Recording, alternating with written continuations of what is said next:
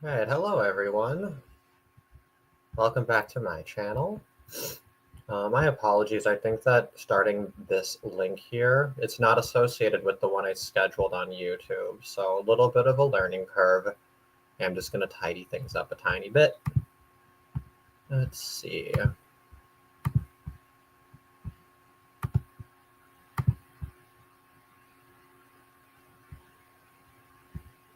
Okay.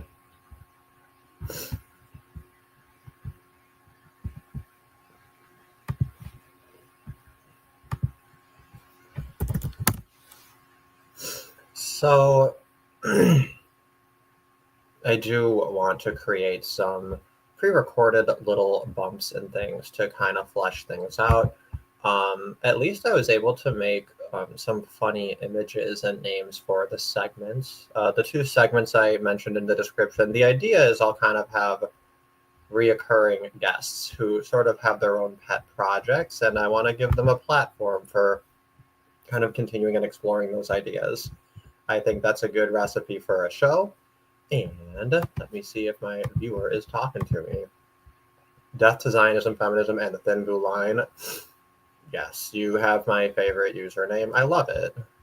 I love how your name is like all of the things that are the horcrux of the lich of moral relativism. You've entered the same room, perhaps through a different door.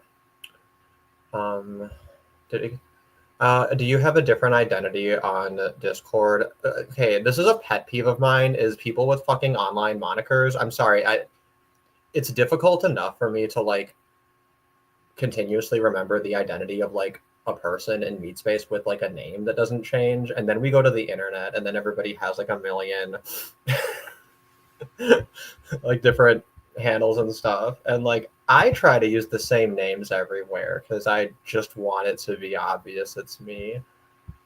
um my apologies. Are you the one who are sending me these ones in gender differences in white matter construction and in language? Because yeah, this is some good shit. I've not had a chance to look through this.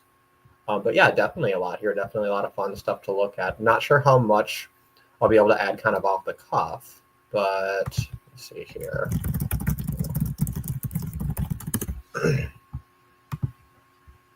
Okay, so it is you. All right. Thanks for helping me piece it together there. So yeah, my two guests, I did kind of throw together this time a little bit of the last minute today. So Jay Willie should show up in, he estimated like 40 minutes, so probably shortly past the hour here, he'll hop on for his segment, which I've named Project RunAway. Wait.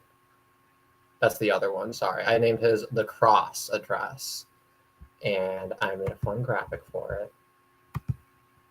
I'll pull it up at some point. But right now, I do want to make sure that I post the correct link where I posted the incorrect one prior.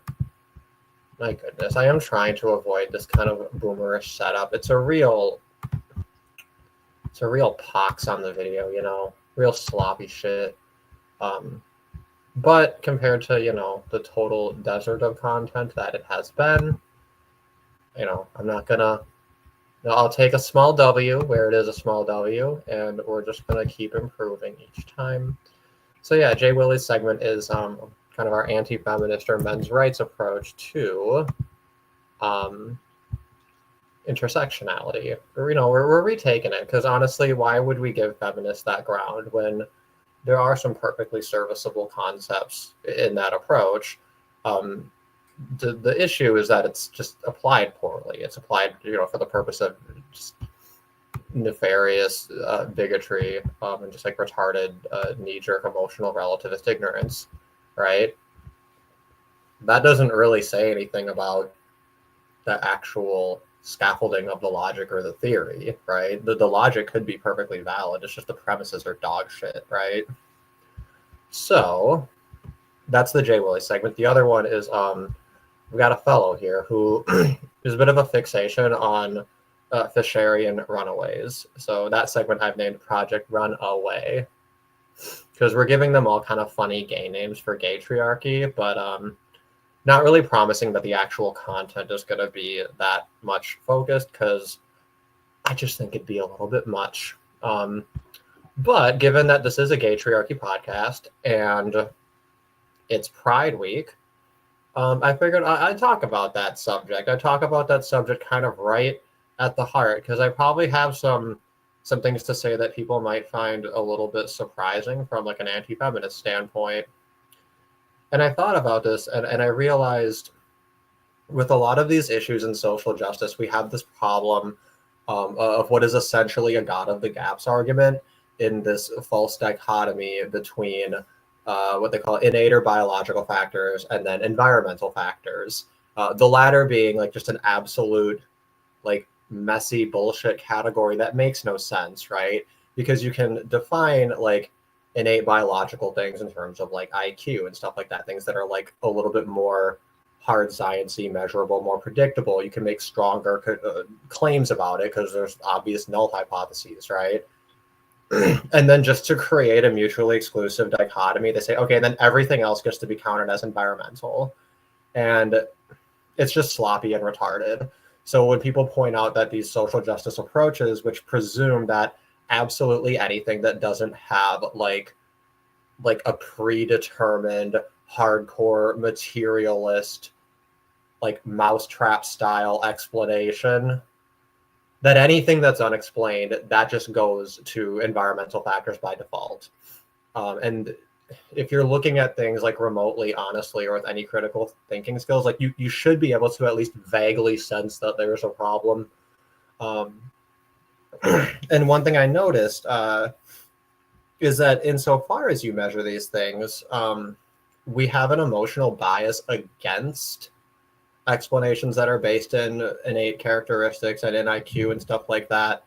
And that would mean that in terms of your estimation of where you would draw that line, you should assume that you're going to be biased against the former style of explanations because we have kind of a conflict of interest, right? Because if everything is purely environmental, that means that absolutely everything could be fixed and that absolutely anyone can be anything, right? It is this very, very idealistic and utopian sort of a view, which is, you know, it's appealing for obvious reasons. And like, there's even an argument for kind of just assuming that's the case so that insofar as we have these changeable characteristics or opportunities to change and improve things, well, yeah, let's err on the side of assuming something could be done, right? So that we're actually trying things and really pushing that envelope. In the interest of justice, you know, it kind of makes sense, right? I can see the merit to that position. So then I realized because of this, if there is any category where actually it's almost entirely or very, very extremely skewed toward these so-called environmental standards, like I'm going to be heavily emotionally reluctant, right? Because I trained myself in that sort of a style of like I guess counteracting the prejudice with another prejudice, right? So that you kind of fall somewhere that might be closer to the truth, right? And I had this epiphany, and I think that when it comes to gay male issues, the negative consequences are like 100% environmentally caused by just heterosexism, by homophobia. Like I think I will take the hardcore social constructivist stance. And thinking about this and coming to terms with it, the reason it just makes so much sense is that if I think about any of the problems with being gay, 100% of it is downstream from the fact that you just don't have access to a normal upbringing. You don't really have anyone that you can trust, even in your immediate friends and family. Most people have absolutely no concept of relating to that. Even the framework of like in the closet, it presumes, right, that you're deceptively hiding something that is information others are like entitled to.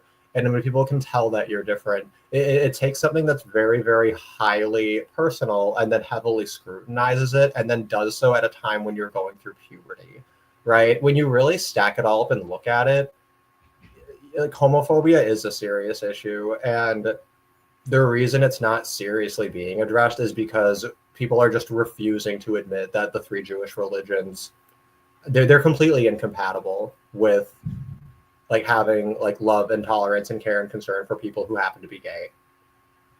That might seem like a really harsh position. I know that just about 100% of all people think that there's a third position in there, that this can't be a mutually exclusive dichotomy.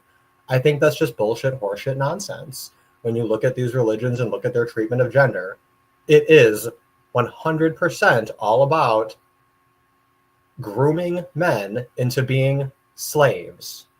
And people who look at these religions and then think, well, these are really good traditional morals, like, it means that they don't have the empathy and critical thinking skills necessary to notice that their greatest vision for a male is for him to be a means to an end, for him to be someone else's slave, right?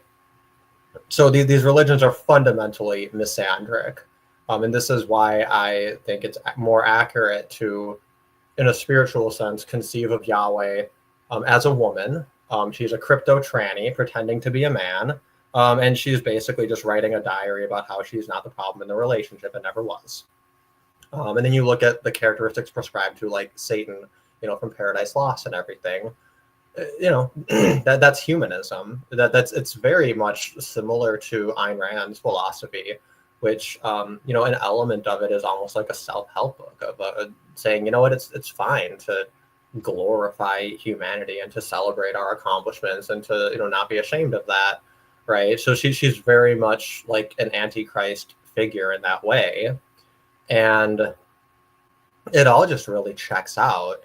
You create a system that privileges and protects women at men's expense, and then what do? Well, we sell men this idea of honor, right? We build a nice monument for you. Another topic I made a video on is how the creation of these monuments and the use of honor and things like that, we sell men these ridiculous, cheap words as the trade-off. And of course, if you don't have any other alternatives, then there you go. The path of least resistance is going to assume that your friends and family are not lying to you. And they kind of are deluded enough. They believe their own bullshit. It's just another aspect of the problem. So you have this misandric, horrible, anti-male religion and all of its impact throughout all of society. Even when you listen to scholars who try to like kind of move around, prohibitions of like sexual immorality and things like that, they'll talk about, oh, well, like gayness wasn't really conceived of in the same way. And like, these are what they're actually referring to. And it's probably more like this, right? You can kind of thread the needle and make a case or whatever. But the bottom line at the end of the day is that they didn't promote, any sort of rules related to matrimony that were non-sexist, right? They partitioned the right of matrimony into a men's right and a woman's right and made them just like parallel opposite rights. And then they gave one of those rights to all the males and the other right to all the females. And in an egalitarian sense, it's just, well, no, the right to marry a man and the right to marry a woman, those shouldn't be partitioned, right? Just make it the right to marry another adult, and then you give that adult right to all the other adults. It's a simple enough logical construction. And of course, the incentive for partitioning it this way was to create a system through patriarchy where low SMV men can boost that SMV artificially by controlling and procuring resources, which they can leverage in order to, interest a woman who otherwise really doesn't want anything to do with him. So, yeah, in terms of quote unquote smashing the patriarchy, if that's what we're talking about, that system never had a moral justification. Frankly, if you talk about quote unquote smashing the patriarchy and not reparations, that's an incredibly generous position, right? So that's kind of the status quo of it. And then that entire time frame that we've had that glaring, ridiculous prejudice inequality, you say God wrote a book and had this massive oversight. Sorry, that's fucking retarded. And one really important thing to understand is that being gay is an immutable characteristic. It is the way you are. It is part of your being. And your religion isn't. Your religion is brainwashing and conditioning. Your held beliefs, no matter how emotional you are over them or how sincere you believe they are, ultimately you're getting some sort of pride from it, right? You're identifying with it because like your act of belief has a character of volition, right? Like if you just say, oh, well, whatever you believe is just like whatever you're dealt with and you can't change it, that's obviously completely incompatible with how we view things. Like if religion were an immutable characteristic, a lot of things that are clearly not true would be true. Like conversion would be impossible, right? And it would be impossible to establish new religions, right? But then furthermore, like religious people would feel a huge amount of anxiety knowing that they're coexisting with a significant proportion of the population that are atheist or agnostic or have a different faith. And largely speaking, when we're all walking around, we just ignore this because it just doesn't typically make a material difference in everyday life the way that your race and your sex and your sexual orientation do. I guess I'm maybe belaboring this point, but just the idea that you include religion among other immutable characteristics, it's so obviously intellectually bankrupt that there's no other term for it than cowardice and like stupidity. Like I genuinely believe if you think that religion is an immutable characteristic and that religious discrimination deserves its own category and that religious freedom deserves its own category, like I just genuinely think like you have to be fucking stupid. And it just needs to be stated that plainly because it's just obviously the case that that's fucking stupid. So now, in case people are having some concern about that, like, am I just saying that religious people don't deserve rights? Well, no. What the premise of religious freedom is that their religion is not violating the non-aggression principle. And religious freedom and religious tolerance, it's not a Jewish idea, it's not a Christian idea, it's not a Muslim idea, right? It's a libertarian idea. Like we own religious tolerance, right? And when religious people use religious tolerance to like make their own special rules and exceptions, they're wearing libertarianism as a skin suit because their own religions are so fucking stupid and worthless that like they have to borrow my ethical system. And then as soon as it's convenient they just drop it, right? Because the issue is this, it's redundant at best. Because what we would say is like, well, your religious freedom doesn't include anything that violates other people's basic rights, right? It could, like we would say, like if your religion says you get to murder other people, we'd be like, well, okay, but murder's wrong. Like you have to be tolerant and peaceful. If you're just peacefully minding your own business, then there's no issue. But that's the same as every category of freedom. That's just what freedom is. There's no reason to specify religion. The only reason you want to create that special category is because you fucking know that you're going to use your religion to justify NAP violations, and you're too much of a fucking coward and a pussy to just own it. Like you believe it's morally justified to violate other people's rights in defense of your religion, and then you're going to use religious freedom as your special, like extra right, your supremacist right, by pretending it's an immutable characteristic because you have the benefit of people going along with your imaginary friend delusion rather than doing the responsible thing, which is to correctly identify you as brainwashed and almost invariably a victim of child abuse. You take that grace and you just abuse it. And the implication of this practice is that that your own ethical system is bullshit. That's why you had to borrow the libertarians, right? But then also, like, you won't even honestly acknowledge the negative externalities of what you're doing and call them by its proper name, which is why I say, Taqiyya is not like a Muslim thing. It's all three Jewish religions. if you remove takia from these religions, there's no content left. The entire religions, all three of them, are based in just misrepresenting your faith for personal gain at all times. It's an ends justify the means approach. It's a moral system of ultimately just might makes right. And this is especially clear when you look at like alt-right, right? Like socialist types who want to create these like fascist utopias that are based on religious ideals. None of that comes from like a Jesus-centric message of love and concern. It comes from a desire for power. And they're noticing the utility of these Jewish religions in obtaining power, right? So like their entire soul and motivation toward using that which is Christ-like is in a way humanist and antichrist, but since it has this twist and this contradiction, it functions as like a -1 multiplier.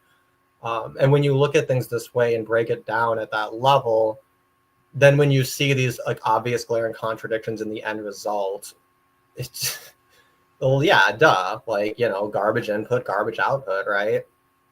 So that's why I think that there is an issue with homophobia. And when we look at the way it's being addressed, it's all through tokenism, it's all through corporate opportunism, and in particular, socially progressive parents and their attitude toward like sexual difference, right? Queerness. They just like how feminists don't really see rape as a crime, they see it as an opportunity. That's how these parents are treating sexual orientation, and in particular mothers, in particular like very leftist progressive histrionic single mothers, right? Like, and that's where you have like these mothers like forcing a trans identity or pushing their impressionable children toward that. You know, they're children who can read the winds, right?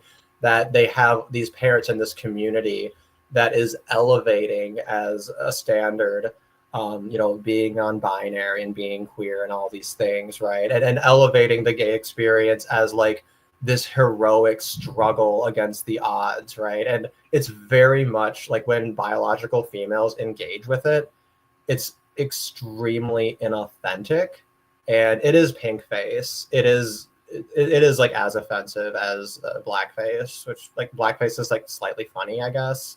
I don't know. It kind of depends on how you do it, maybe. I think people cry blackface more often than it's an issue, but that's beside the point.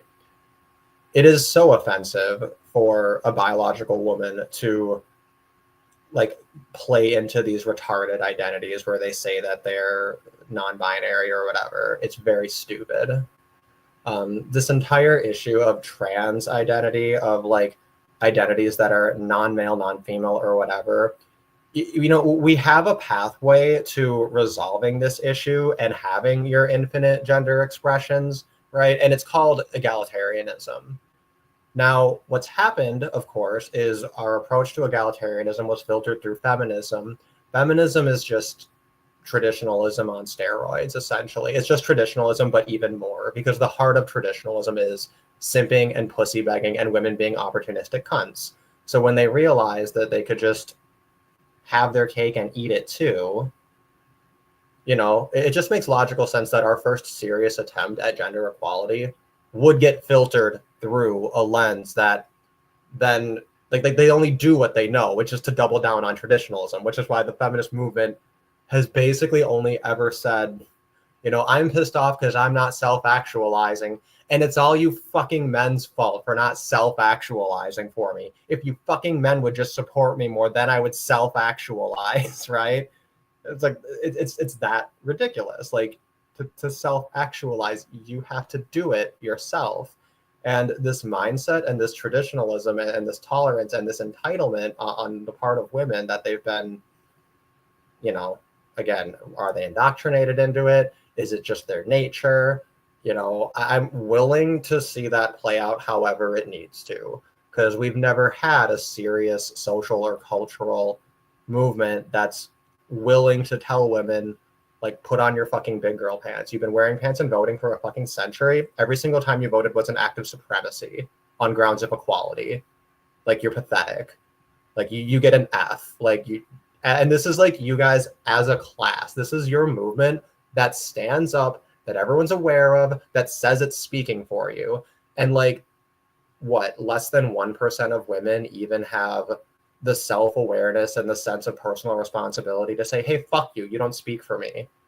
And like, when they do, what they do is they say, well, wait a minute, I think that not doing this and doing this other thing is just more immediately advantageous to me. There's no engagement with the actual core principles, right? And the actual conception of justice, right? Justice was just like a useful thing to use for women to get free cash and prizes. So, so had we had real egalitarianism, right? My stance is anti-feminist egalitarianism, because feminism is female supremacy. Traditionalism is also female supremacy, right? We've done less than nothing to move towards an egalitarian society by just destigmatizing the male gender role for women while not simultaneously making the effort to do the opposite. And like, any responsible, realistic person knows that if you're going to make these radical cultural changes and suggestions, you have to give both genders equal ground at the same time, so that the queers can move at the same time, right? You don't say, okay, well, first all the women go over here, and then they're like, oh, so do we already feel it? No, shut up. This is Seneca Falls. Go to the back, you cuck, simp, fucking rapist cunt, right? That's the dynamic, right? And like, it's just that stupid and that embarrassing. Had we moved toward destigmatizing male access to the female gender role, we wouldn't have this issue of like, oh, well, I'm a dude and I want to wear a dress, but I guess that makes me a tranny, or I guess I'm non-binary because this or that, right? What it essentially boils down to is a humiliation ritual that males who are biological need to go through. They have to jump through these hoops in order to satisfy the standard of, oh, okay, yeah, you can be one of us because you did this, this, and this, right? And like, that attitude is so fucking toxic and entitled and idiotic, right? And we're just not seeing it. We're just not willing to tell women, hey, you're an entitled supremacist cunt. You are not the aristocracy. Like, your attitude of like, you don't want other people in your bathroom, but then you don't give a shit, you know, if women use the men's bathroom, right? These constant double standards, every single one of them needs to be called out, and in the harshest of terms.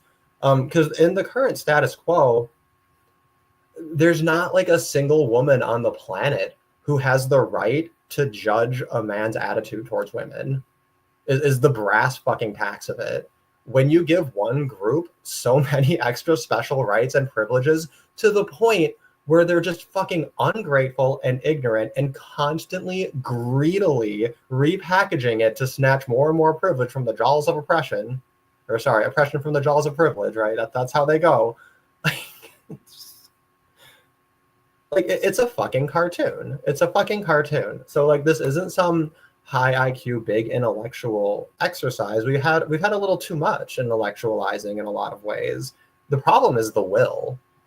The problem is that we're not engaging with the spirit to stand up for these principles, even when they're uncomfortable. But like, just take the basic sniff test, right? Which is more like radically like challenging to a person's worldview? A woman dressing like a man or a man dressing like a woman, right? It's obvious that if you're looking at this problem, oh shit, like clearly in terms of getting this balanced diet, the movement of opening up access to the female gender role to males, like that's the veggies. That's the stuff no one wants to eat, right? We got, again, plenty of people willing to eat the delicious burger, right? And all the veggies are going to waste. And then yeah, and I guess maybe the metaphor completes itself because like all this hormone bullshit, right? This entire like this trans concept, which, you know, should be medically scrutinized much more harshly, in my view. It's like the supplements. It's like, oh fuck, we didn't get our vitamins. Here, just eat a bunch of those supplements, right? we had perfectly good veggies, just didn't want to eat them because, you know, you're like an overgrown, spoiled, retarded child, you know? All right, I've neglected the chat, but I think I finished my point in that regard. That's my view on pride, is that we can't just say that, like, that things are fair and that work has all been done, because it is genuinely the case that the normalization of your experience as like a gay youth, it leaves something to be desired, right? Like it's a really like highly unfair, unethical thing to just like say, oh well, some people are just going to be born gay in like places where like everyone's a Christian and they're just going to have to go through that. That's just part of it. Like, you know, you wouldn't have that attitude if it was you. And when you look at heterosexual adult attitudes, fucking none of you have gotten over your basic sexual identity. You know, for most of these traditionalist men, they have absolutely no depth of a perspective to see themselves as anything more than a slave to a woman, and they want nothing more than to just be a servant and a slave to a woman who's like not going to be too fat and not going to cheat on him. Like that's it. So yeah, the challenge to identify better, to want something better is, you know, it's that unknown ideal, right? All right, sorry, I need to catch up with the chat. PMC Frontlines. All right, we made it. I have my my buddy here for his segment, so that's good. Hello, YouTube sucks. Let's see. Let's see. Dead internet theory is very real. Why did you say that about my thing? This isn't dead internet. This is living internet. This is bedroom feminist content. This is as human and as raw as it gets. Not to say I can't, you know, spice it up a little bit, but you know, like I said, it's a growing project. The oldest man-made figure is of a woman. Catholics revere a woman for simply getting pregnant. Yeah, like Mary. What fucking horseshit bullshit nonsense is that? Like, oh, she made a great sacrifice. Like, not really. By what, not getting an abortion and living her life, and said keeping the baby. Okay, so she gives birth to a baby, and then she's still married to Joseph. She still gets to live her trad life or whatever. Like, I think it's fucking stupid. It's just idiotic.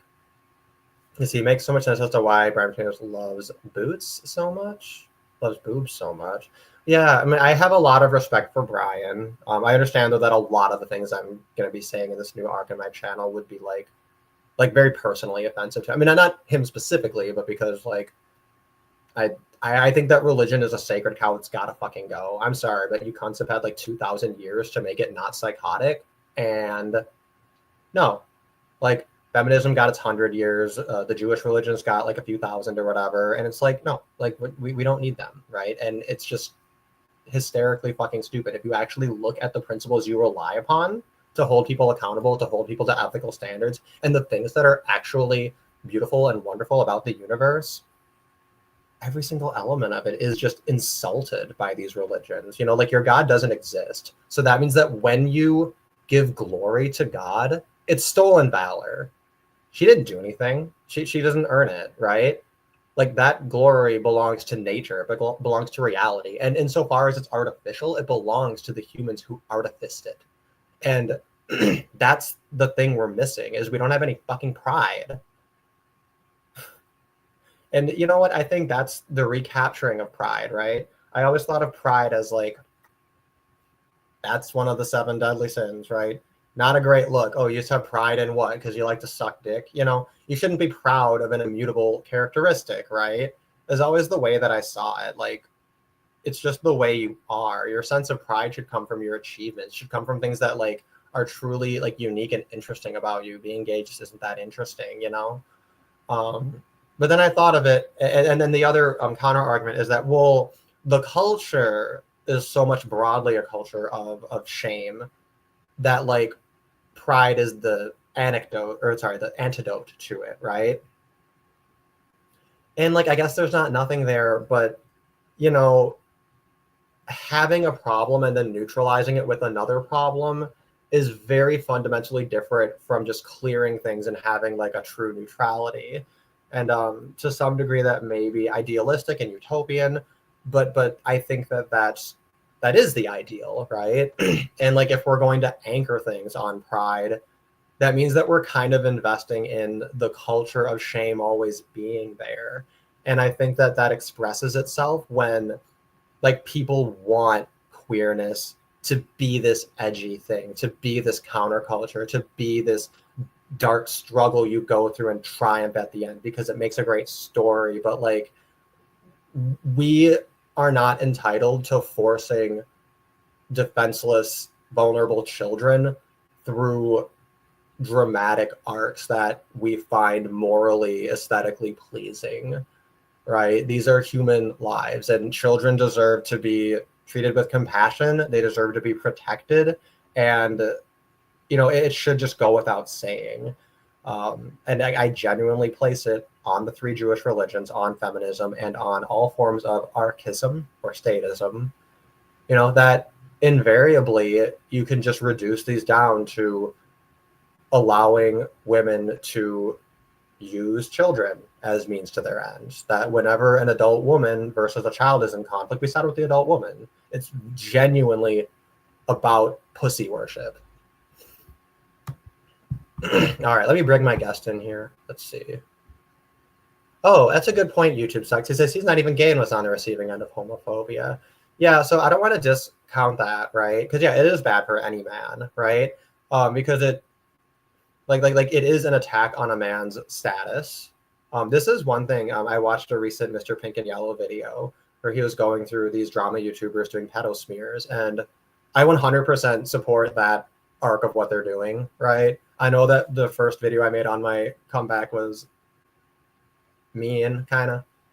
I don't think that they're upset by anything I say. I think they'd expect that, I'm just going to plainly state a view that's contrary, and I don't think any of them are crying over it. I hope not, because I do mean it in a nice and constructive and positive way. And I'm fully open to them, if they want to dish it back to me. I just think that's good entertainment. And I think it's a style of speaking that we all kind of benefit from. But anyway, I was giving that video a watch. And one thing that he really made a theme in that video, which then I realized, oh yeah, this has been a theme on his channel, is talking about the importance of status for men. And how so many of these attacks are attacks on a man's status. People who don't have uteri, if they don't have status, it is like a death sentence. It is like unpersoning them. That is a serious thing. He calls it rape. And I'm kind of like, I'm not going to technically co-sign that, but like in a spiritual sense and in terms of its impact, I agree. Like, I think it's like technically wrong, but not at all ridiculous to just call that rape when you deliberately attack a man's status because you're just like a malicious cunt, or really for any reason. The only time you should go after someone's status is when they're abusing authority, right? Which would be to say there's a discrepancy between their nominal authority and the authority that they actually have in nature. Which is, I think, a much, much more narrow category than attacking a man's status. But yeah, homophobia also does create that generally, that well, the implication is that you're worthless unless you're sexually useful to women, right? And then, these very, very enlightened and compassionate feminists, they're the absolute worst offenders when it comes to sex shaming language. And it's very much because feminism is a threat narrative. The purpose of a threat narrative is to repackage your NAP aggressions as retaliation. Once you view yourself as retaliating to an existential threat, that is how you create a monster. That is the common denominator of all of the worst, most horrible, psychotic, and disturbing things, is when you break it down and look at it, you think, okay, what is the threat that they're responding to in their perception that justifies this treatment of the target from their perception? And that's the ideological pinning that you have to identify, right, in order to understand what's actually going on with these problems. And yeah, women just they're pouring gasoline on that fire constantly. And then insofar as there's negative externalities, they sit there and bitch, and then they blame the same men who they targeted this way for it. So Not sure how I'll wear those for every video yet. Yeah, I don't think they've bothered to get around to it, which is fine. Let's see. Remove the state the problem persists. Yeah, okay. Biformat. Yeah, like pressing a button, pressing the anarchy button does not immediately solve all the problems. But also, pressing the anarchy button, how that could practically be a metaphor for how you would abolish the state in reality is unclear, right? Which is why we are talking about things in matters of degree that are going to need to have changing cultural sensitivities over time, because it's just unavoidable. This is kind of the point that I made in that video about the artificial uterus, right? Where they're saying, oh, like, it's such a hope that people say this is going to solve everything. And it's like, well, yeah, if you have a big change or a big solution, the temptation is going to be to control all your variables and then just imagine the one thing changing. And then, yeah, of course, that's not going to be the ideal model because there's a million, trillion, grillion things happening all at once, right? You say feminism is fueled by capitalism. Well, so capitalism is a mirror to our values, is what it is. You know, like, yeah, like we live in a culture where feminism has some degree of popularity. That means under like laissez-faire capitalism, there's going to be a market for those like gay little "this is what a feminist looks like" t-shirt, right? And I fully support buying those t-shirts because you should be helping sweatshop workers, and you're not helping them by boycotting sweatshop labor. You're doing the opposite because you're a fucking idiot, right? So yeah, I'll piss off all the ANCOMs right now. Like, I think that child labor laws are ridiculous and outdated, and they don't make sense. If you support compulsory education, congratulations, you already support child labor.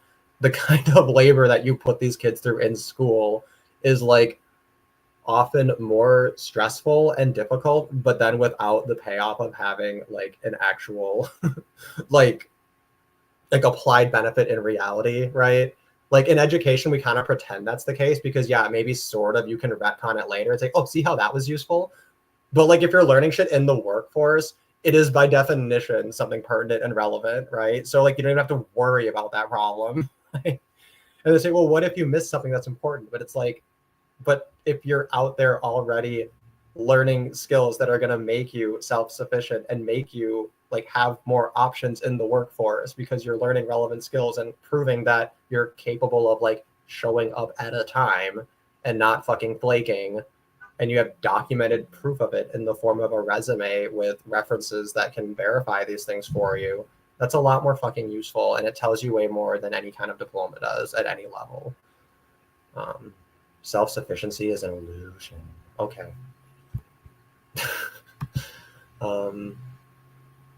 Yeah, the school system is torture. All right, sorry, I am neglecting putting my guest in here. Okay. Sorry, I need to find that invite link. My goodness. Part of the reason I'm a little not put together today is because I did work a full shift, and typically I take a pretty long nap after work, and we cut the nap short because I can tough it out, but I guess that time could have been better spent to prepare this a bit more. But I like the idea of doing the podcast less than weekly, right? So it's a weekly podcast, but like each week we march forward that much more. I don't know precisely why I like that idea. Maybe it's because it's flexible scheduling, but then also instead of the deadline being like, oh, well, we got to wait for that 7-day mark before we go live, it's kind of like, nope, we can actually just get it done earlier, right? When it is more convenient. And then it's like, it's an easier, like wider target to hit, So that's kind of my plan for this podcast, is to do a new episode always within 7 days of the last one. And of course, as I go through, I'll try to, have a little bit more of a heads up and everything. Okay, so I'm sending out my links to our guests here. Not heard from Jay Willie, so I think he's on like a train or something. So I guess he'll do his best, but Let's see. So PMC Frontlines, what am I supposed to call you in the stream? Because some people like me are fine just going by their first name because, I don't know, you could hide your identity, but it's kind of like a lot of who fucking cares. And I believe the things I say. So if people are going to deliberately seek out my channel and then click on the video and listen to it, you know, like that, you did that, right? If I start saying things that are upsetting to you, you know, you don't have to tell people that they're capable of leaving, right? And I think that that really should be the standard. I think that the bar for when you should be canceling someone is like actual incitement to violence, right? Um, let's see. ANCOM is an oxymoron, also just minus the oxy. Yes.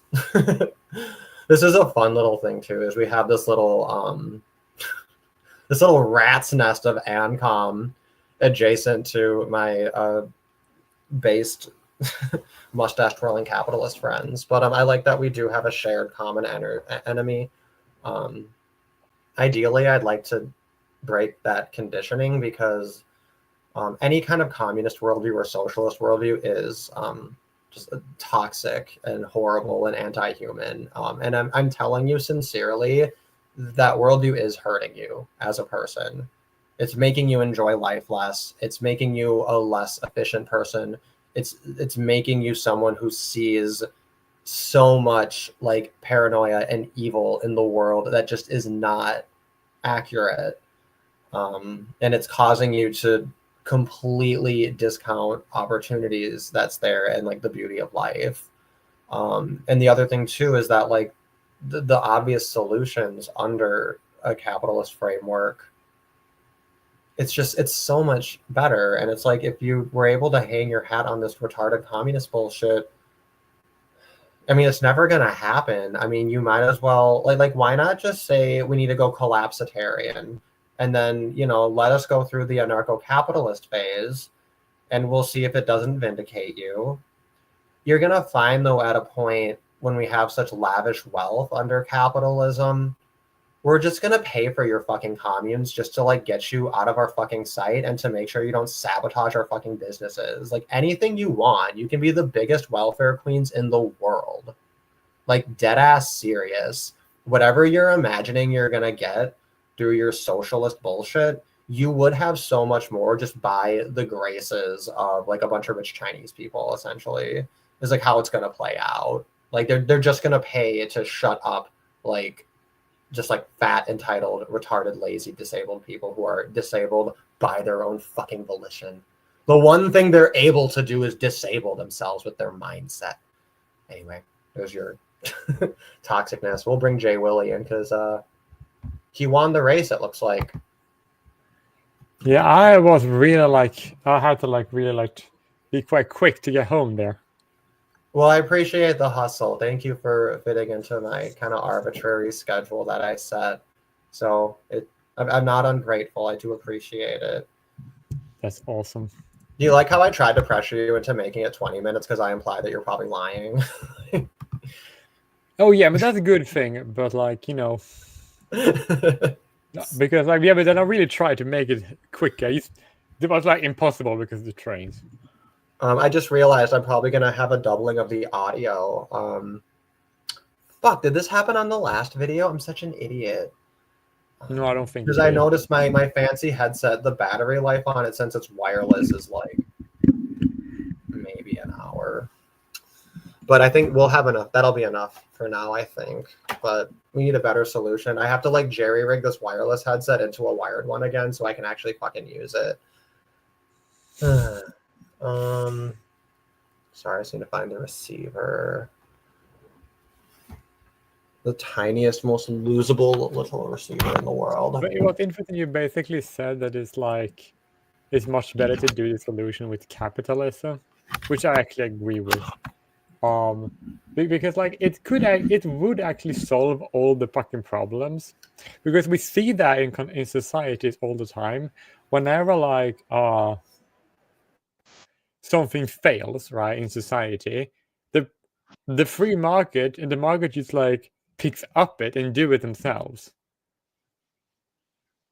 Right. Like the thing with the market is like these don't have to be top-down planned solutions because by the laws of the way that the market works, like the most efficient ones do prevail. And whenever you have an exception, it's because there was government fuckery, which is the null hypothesis I gave all these commies, and like they've just been like wandering in little circles and bumping into each other. Like When you mean communist, do you mean everybody to the left of you self-identifies? okay, no, that's true, but these guys are legit AMCOM. They're in the PMC Frontlines server here, so Yeah, I usually think the people I appreciate the our other guest is like actually the one running that server, so I appreciate that he like just tolerates us taking fucking pot shots at each other. Yeah, like I kind of like think that like whenever people say like, "Oh, we want communism," which sounds funny and all that. Oh, it's a nice idea, it doesn't work in practice. No, it fucking isn't. And yes, it doesn't work in practice. But like whenever you have like communism actually being enough people who vote for that, that actually become a substantial part of your like electorate, you actually begin to see an actual real fucking problem in society. Right. Well, and it's like, fuck you for saying that your system that denies me my basic rights and forces me into your shitty little commune for your standards works in theory. No, it doesn't. It doesn't work in theory. It's a horrible fucking thing to say. And like, it's a fucking boomer meme. And like, there's so many just idiotic boomer memes. As I age, like the more I understand about life, the more I just really, really find it difficult to grasp any competence or virtue in people of that generation. Oh god, same here. The more I hear about them speak, the dumber I think they are. I think that's basically when I mean, I keep room for the exceptions, and like I like people who are nice, and I like, you know, and I get that not everybody wants to talk about these kinds of things, and you know, I'm sure there's all kinds of great things about them, right? But I'm just talking about in terms of the big picture and the ideas. Like, if you want to check out of it, then can you at least drop the fucking retarded thought terminating cliches and like not have to like make these words and consternations that are like toxic and retarded and ridiculous, you know? I don't know. But okay, so these are tangents. So we want to wrap it up a little bit. So we're not taking Baphomet's bait here on the whole communism versus capitalism thing because they don't keep to consistent definitions. And this person in particular has a problem where like they'll read things and literally tuck in like random extra negations. And then like I tried to define, I was like, well, here's the difference between praxeology and human ethics. And he's like, you sound like Jordan Peterson. And it's like, I just defined two terms. That is the diametric spiritual opposite of Jordan Peterson. No, like this like is something I've heard so many times when talking about men's issues in general. Is that or whenever people want to sort of like at you or at me, whenever people say you sound like these group of people that are not like it, I'm like, okay, I might sound like someone else, but if the other else, and if that person is wrong, then it doesn't matter if I sound like that person at all, because then I would, because then if I'm correct, then I obviously doesn't agree with the person I sound like. Sorry, I missed the first part. You don't agree with the person that you sound like because the person is wrong? Wait. Yeah, but if you say, oh, you sound like that person, right? And then like, yeah, but he's wrong on that, and I'm right on this. So if I sound like him, then I'm probably correct, and he's probably false. I feel like you're missing a negation there, right? Because I don't really share a worldview with Jordan Peterson. I mean, I agree that communism and postmodernism is like bad. You sound like him, yeah, but if you disagree with him, then the conclusion. Who's him? The person making the observation, or Jordan Peterson? The person who the observers say that you sound like. Oh, okay, yeah. Right, yeah, and that's the issue. Is like, oh, how do we solve this problem? Oh, I'm just gonna put the negation on you, and now the equation works, right? So. Sorry, but I know I'm bullying you a little bit. I do appreciate you coming up and supporting and everything. I'm willing to have these conversations with you. But I mean, I think that you'd benefit a lot from just like the philosopher, like the kind of content that she makes, like that voluntarist content. Honestly, like yeah, I'm not a big fan of philosophy, but like I have been able to cook up a philosophy. But you know who I'm talking? I'm talking about the philosopher. She's a Korean girl. Okay, that's not what it's based. Philosopher. Yeah, well, she's really cute, and she has her little niche and everything, right? But like, to me, it's kind of like, yeah, this is like maybe what I was on about, like in high school and early college. And like, I don't know how long you realistically stay in that space because it's a very politically minded space. It's very much like, hey man, big tits and guns, isn't that cool, right?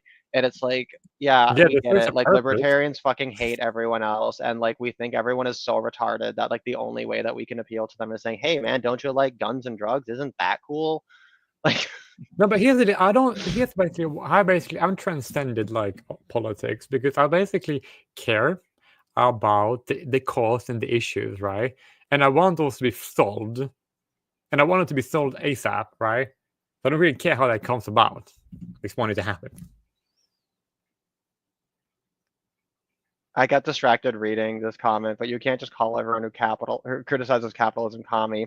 The fuck I can't. Well, you physically can because, like, I Yeah, don't it's think everybody. categorically true. I'm sorry that that it's that extreme. You know, I'm sorry that there's such a diversity of just like really, really dumb, wrong ideas to the point where actually, yeah, I can just group like rounded up 100% of the other ideologies and just put them in this label. Because my point of departure is a common denominator with all of them that just goes unexamined. So I understand that it has the look of being reductionist and being shallow and not being helpful, but like that's genuinely where the lines gotten drawn. So Basically, it's like a scale between communism and anarcho-capitalism, and all the way down that is like ways between towards communism. But right. like, I will. I mean, cone theory illustrates it physically really well. Yes, precisely. So This is the reason why I've not been able to use the political spectrum in any other way besides you use it, because any other way is fucking retarded. Yeah, but then if you use cone theory, like, you know, you can start with like the basic one, which is like the triangular shape. And then if they start using like terms like right-wing fascism, you say, oh, okay, then you turn it. So now we're on the circular end, and that's your right wing and that's your left wing on this big end. Because you can't really do much fascism without socialism. You can't really do much fascism without like a massive tax structure that takes a lot of money and resources from people, right? Unless you want to go into on enforce it. fascist rabbit hole, but we don't have time for that today. Yeah. So I think we should move on to your segment. So the second segment is canceled for this one. So we're gonna loop back to the Fisherian runaway topic. The idea is though these are kind of just standing segments that you guys can hop in and talk about. I guess I'll speak to Fisherian runaway really quick just so that it's at least honored for being in the title and as a segment. But you know, the Fisherian runaway, it's named after the guy who discovered this phenomenon, and it's basically, you know, peacocks that are male are really beautiful and the girls kind of look dull, right? And you can just see this across like, I don't know, every species with sexual dimorphism, just about. I mean, it goes pretty fucking deep, but then there's a lot of very interesting, deeper implications. Oh, really So fucking he sent me a lot of very interesting links here that I do want to make sure we go over in some depth. I haven't had a chance to read them yet, so this is probably for the best that we delay it a little bit. I just have to say one thing about this. Yes. And that is that they say the male ones are more beautiful than the female ones, right? And a lot of people seem to somehow think this is inverted when it comes to humans, but it's not. And I'm gonna explain why, right? Because if you leave a man, an adult male human, or a woman, adult female human, to their own vices, right? You're going to see a lot of more of the female face than the male face, right? But there are two entire industries that are focused on either covering up the woman's fate and showing more of the male face. So if the women are prettier, why is that the case? Oh, so you're saying that when people use cosmetics, whether it's like makeup or if it's like surgery, what they're doing is actually emphasizing like core masculine bone structure? No, I'm saying that there's an industry. If woman doesn't have any facial hair, right? So their face is completely naked, right? So therefore, but there is an industry that put a lot of makeup on the female face, so you don't really see what she actually looks like biologically, Right. You see less of her face than you would if you didn't do it. And there is another industry when it comes to shaving, and that is to show more of the man's face. Oh, that that's people what you're see. referring to, right? So male grooming, right, is to, just make your face physically clean and hydrated, and then to And make it so you remove can see more of it. obstructing hair, right? And then the female side of it is, like we literally never see your face. To cover up the face. You remove all the hair that covers the male face, right? So you can see it all the Right. No, yeah, time. we get And it. you Yeah. cover up the female face so you don't see it. And if women were That considered is the previous funny. sex, why is that I the case? wonder if there's anything to my first interpretation of what you said. That might be a rabbit hole. It might be far-fetched, but I want to give a shout out to Port Film Co-op in the chat. Haven't seen you around here in a while. I mean, obviously, there's no reason to fucking be here in a while, but shit, I think the first time I saw you commenting on my videos was like back when I was living in Hong Kong. So yeah, Oh my that's God. cool. No, that's cool. Like, cause yeah, part of this is talking about like, hey, isn't this like our 10-year reunion with the manosphere and anti-feminism and like this kind of larger cottage industry of little anti-feminist content creators, right? So yeah, it's great to make it a true reunion. You've truly helped us triangulate that. made me deliver on that promise in a way. But then I do need to like just finalize this to say that that there is an industry about covering up the female face and an industry about showing off the male face. And if women were the prettier sex, then that would not exist. Neither one would exist.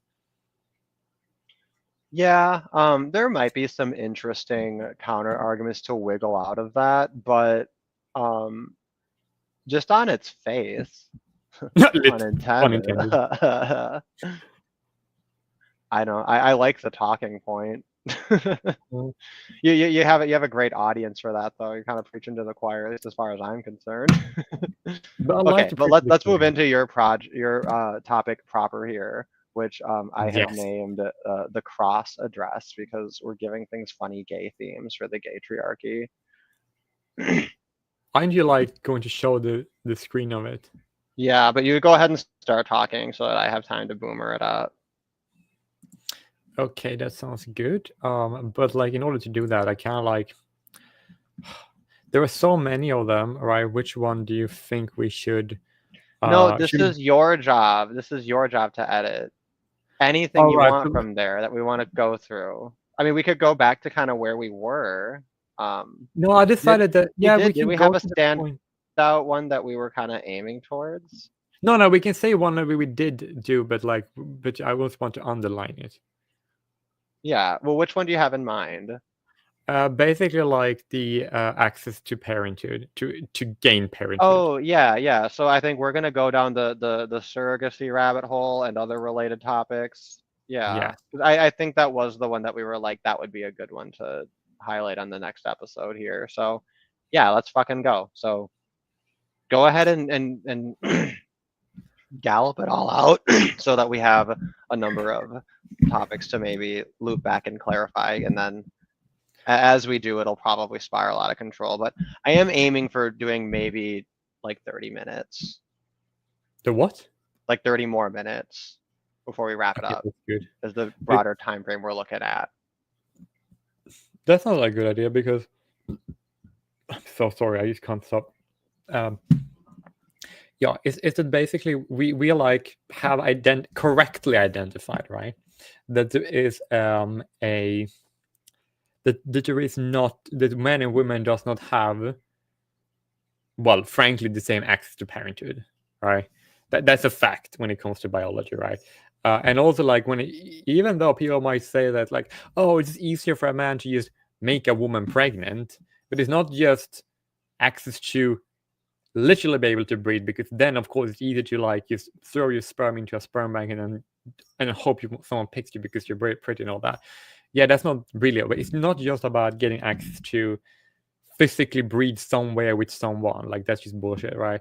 It's about getting access to parenthood, which means getting access to physically breed and to be there and raise your children, right?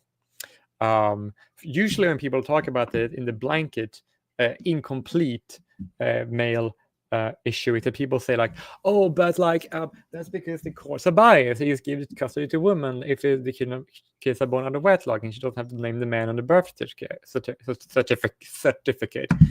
which is all true, right? But it's very surface level, and the idea of intersectional men's issues is that you don't stop at the surface. You need to go deeper because it's a lot more intersectional than just that. And that is that, well, physically speaking, if you're going to get the breed and to keep your kids after conception, and the conception will happen, that is harder if you're a man, obviously, right? But what people kind of like doesn't take into consideration, and that is that if you are a man who's gay or disabled, then that like aim becomes much harder. The reason why I mentioned both at the same time is because this is technically the same issue. This is that the access to parenthood that isn't as accessible. And if you were to say, well, in nature it's not accessible, sure, it wouldn't be in nature, but it's not just inaccessible because of your biology. It is also inaccessible because of society, right? So which one do you want me to go over first, the disability route or the sexuality route first? I guess I can't think of any particular reason. Let's go with the disability route first. It seems more neutral, right? I guess one thing that I'm kind of wondering about though on the outset though is like obviously from like a laissez-faire perspective, like arguments about like people have these conveniences and essentially like better access and things as a result of just immutable physical traits that they have. I don't see that as something that's like an actionable sort of an injustice to an extent. Oh no, neither do I, but I'm going to explain Okay. why it's an issue. Yeah, so otherwise. because I think that could be a pretty clear misconception. I might be reading too much into it, right?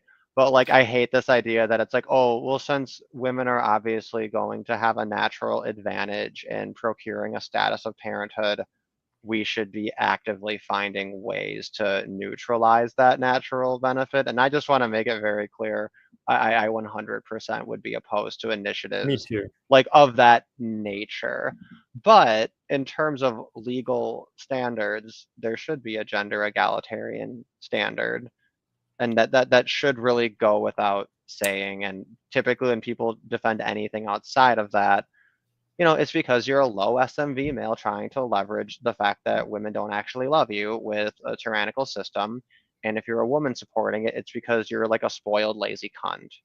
So Yeah, that's basically. kind of where I'm drawing those lines. So anyway, yeah, let's go into so then of course we've set it up that like you can look at this issue from like male versus female, right? And that's kind of the first chunk of it. And then when we're looking at it from an intersectional angle, the next thing is, okay, now that you got to remember that framework, and now we're applying the next thing, and we're going to go with disability and ableism. Yes, that is true. And like, because like, even though it is worth acknowledging that to some extent it might be harder if you have a disability to well, I guess more challenging to get into a relationship. But I want to be very clear that I don't think that being disabled make you some sort of incel. I think that actually like being physically like visibly disabled is actually less of a deal breaker when it comes to getting a girlfriend or boyfriend than if you're ugly. I just wanted to like underline that, and I'm not saying that I don't want to dismiss the like very like real struggle a lot of like guys that are incels have when it comes to access to get partners. But I want to be very clear that I'm not want to call guys that are disabled incels or anything of the sort, because they're really not. Like because some guys that have a disability can actually be very right, but disability is an inceldom factor. And to be clear, yeah, this is an it can very incel often safe be. space. I absolutely do not tolerate the use of the term incel as a pejorative. No, I don't use it as a priority. Yeah. I just wanted to make No, and I sure that understand that, but I just wanted to make if that you clear are that like disabled, then you don't have to be an incel like that, because that would be very like cruel to say that, and false to guys who are disabled. well, yeah, and because that's not obviously that's not going to be a total overlap in category. That would be a ridiculous thing to say, especially if you more broadly consider the concept of ableism versus like ableism. It is kind of like the most like it's the most kind of weird of a category, right? Like, am I an ableist because I would prefer to be able to fly, right? Like, of course you would prefer that. Of course we prefer ability to not ability, right? that depends, because there So, are actually instances where some people actually like, which is not the norm, but it does exist, that some people actually do prefer to date someone who has a disability above someone who doesn't. I just want to say that that does exist. Not saying it's common, but it does exist. And because that does exist, one cannot say that like, and neither of us would want to say that being disabled makes you like, then you can't get you know, a relationship, because you definitely absolutely can. Like, I have like seen it so many times. But what I do want to very much underline is that getting into a relationship when you are a woman with a disability, or getting into parenthood with, if you're a woman with disability, is easier than if you are a man in the same position. okay, yeah. Because like I was right, all things being equal, it's easier for women. Well, and part of that I think has to do with, yeah, your sexual market value in terms of maleness. You only have access to the male gender role, which is entirely based in ability and competence, right? The female gender role, it's entirely based in like, does the uterus function or not? But then if not, like, you know, that's only, I mean, I guess for the purposes of this conversation, right, we can say that's pretty relevant. Yeah, but Obviously. I'm going to circle back to that soonish. Okay. But I need to like, yeah, you go ahead. Yeah, we need to loop around that. And that is because like we have like there's like two types of disability, and I will actually leave into intellectual disability out of it for most of it, because if you have that, then you basically just can only date women who have that, and vice versa. So that's not really very relevant. But if you have, and intellectually, specifically about IQ and like that type of mentality, that is not the same as a psychosocial disability. A psychosocial disability would be anything that affects your that is more like autism or ADHD, like neurodevelopmental, but also stuff like personality disorders, and other types of mental abnormalities like bipolar disorder, or even things like dyslexia, which are all being considered, in my opinion, I would like to say this: having a psychosocial disability is actually going to affect your ability to getting and maintain a relationship, because usually more than a purely physical or rather somatic disability. The term physical disability is kind of redundant, because all of them are physical, just because you're physical in the brain. Right, because if you, like mental and behavioral things and the chemicals and brain chemistry, and like people really do underestimate the degree to which like mental health treatments are physically changing your brain, and that your brain is like a physical organ. So yeah, that distinction is kind of bullshit. It's just like a bullshit heuristic. And of course the diagnoses of like diagnosing like psychological disorders is like really fucking dicey ground. It's like with the softest of soft sciences. Ashley had a lot of really he sent me kind of a nice wall of text summarizing it, and I was like, it's that experience of reading something, and it's like, I love it when somebody like thinks things that I feel like I thought, but then just expresses them with like lucidity, and then you're like, yes, this is my thought. I thought this. Well, but I do want to say that, like, but that's why the distinction between physical disability and mental isn't very good. The best distinction is between psychosocial, which does affect your the mental capacity, but not your intellect, right? And then the somatic disability, which affects just your body, right, or your senses, right? That means that if you're like are like paralyzed, or if you're in a wheelchair for any reason, or if you're like a blind, or if you're deaf, like any things like that is just physical. Yeah, that's different from psychosocial, but it's both very physical. But the term for that non-psychosocial part of the body is called somatic disability, because that's what you call things that are outside your central nervous system, somatic part of your body. Generally speaking, I'm very simplifying here, but you get my point. Well, and that's fine. So then, where does this come into play with Yes, I guess it does come into play, and that is that, disability and specifically the rights of I guess securing the status of parenting and the privilege of parenting. right? And that is that I'm gonna start first with the psychosocial part, the psychosocial disability, right? And that is that when you like that can actually be something as simple as having dyslexia, because if you can't read what someone is texting you, then that's a very small effect, but it's still there. I have to mention it, which can lead to misunderstanding and like getting into a relationship and all that. Yeah, But anything constituting an obstacle, there's a case to be made there. It's part of a T-chart, you know. Precisely, but then like having stuff like ADHD, it also can complicate relationships. But autism can absolutely complicate relationship because of so many different reasons, like because you can get very like frustrating in certain situations.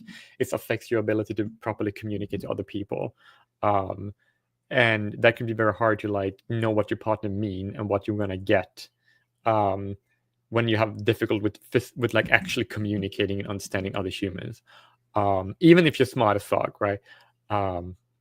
So yeah, that is definitely a problem, which because it causes misunderstandings, right?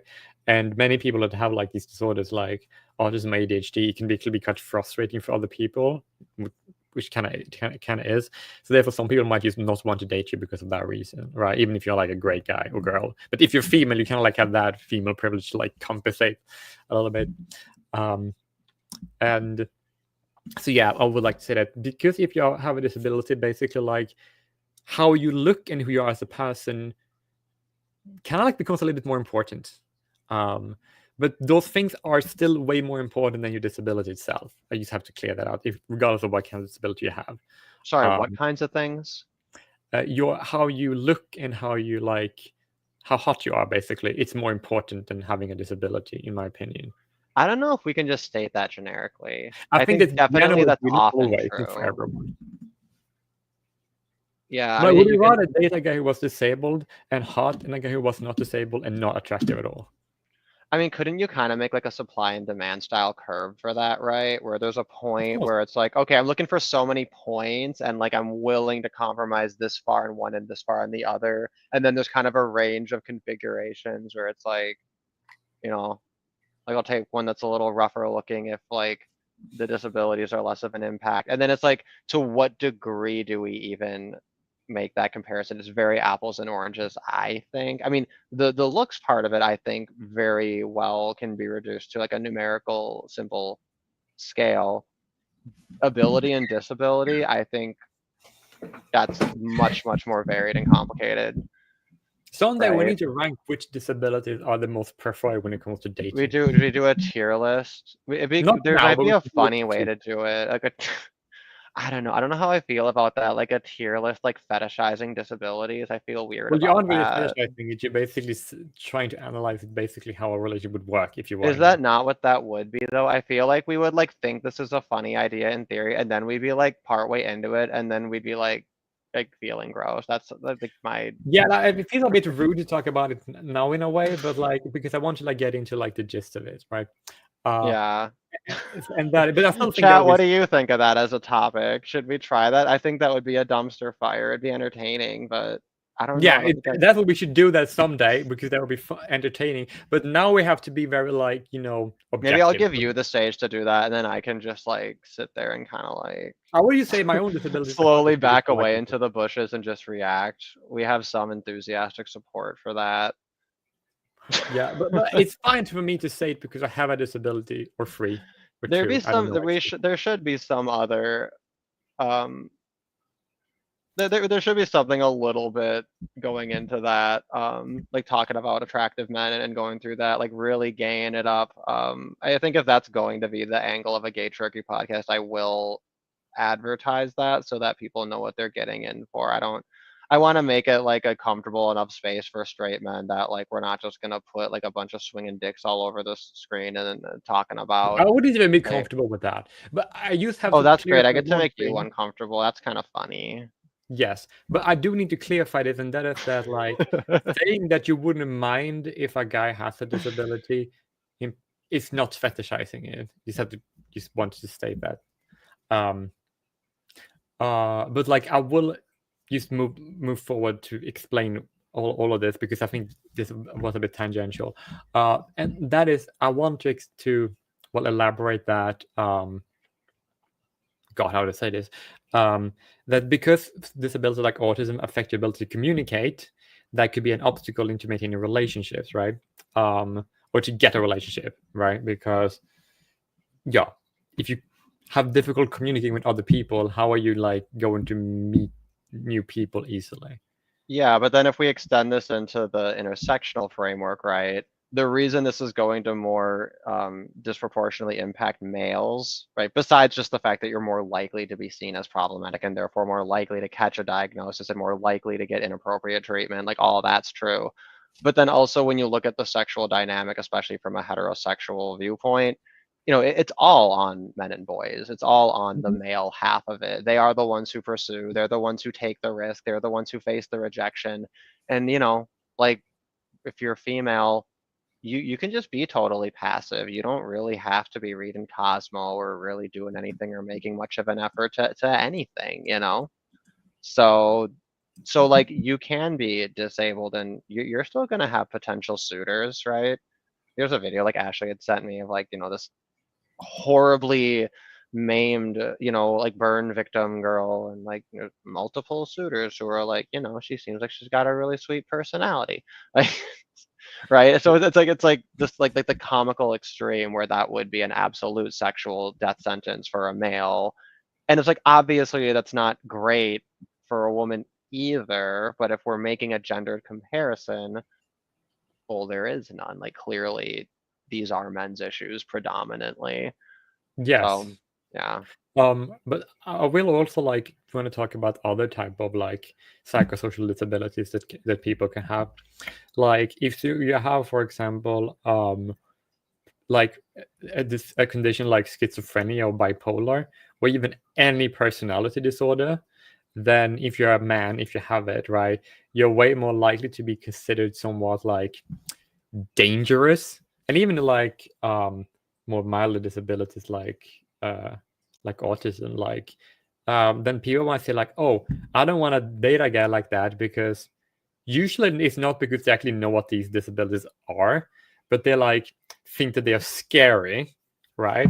And because the guy is like already, that's why it makes it you think that's scary. Otherwise, if you're a woman, you basically like, well, I give her a try, because how dangerous she can be. She's female, I see. Yeah, there's more of like a hair trigger on things getting translated into danger. Like, for Yeah. example, if you dated, like if a woman basically dated a guy, right, and it came out that she had antisocial personality disorder or schizophrenia, then yeah, then then the guy might like be taken a little bit back. But if he thinks she's attractive, he's probably not gonna bail on her. But if a guy say the same thing to a girl on the same stage, she might like say, okay, this is scary, I'm not gonna deal with this. And I kind of like, and I don't, and I also kind of get why she would feel that. Like, it's not like it's completely like unfounded, but like it's still sad, because if you take a disability like narcissistic personality disorder, which it is a disability because of personality disorder, right? Or even schizophrenia, right? He can be absolutely completely functional. Like he's probably never ever gonna hurt a fly, right? But like, and if he doesn't know what those things are and how they're treated and how he's doing, then he might just like, no, I don't want to deal with him because I think that sounds scary. You know what I'm saying? Even though he's completely harmless, actually, because you don't know that, because it's a bit different depending on the individual. Well, right, because if they're looking for stability, I think that's going to be true. It's going to have more truth the degree to which the woman's beta bucksing, or I guess the men are the ones who beta bucks, but the degree to which they're, trading on the pussy, right? They're kind of really in it for the material gain and the practical security right? That comes with that arrangement more so than actually loving the man for himself. But then the degree to which the interest is kind of more of that passion, right? Well, fuck, then then that's just like that's really interesting and fun, because then, you're not looking as much to rely on them to like be reliable, right? They just need to be there, for the passions, right? And then, in a world where it's pretty arrangeable and easy enough for couples to just live separately, you know, I think we'll see. It could be the case that as you have more of this dominance in like singleton culture and hookup culture, that then you do see a little bit more open-mindedness towards certain like mental disorders in men. Yeah, I do definitely want us to see more open-mindedness towards men.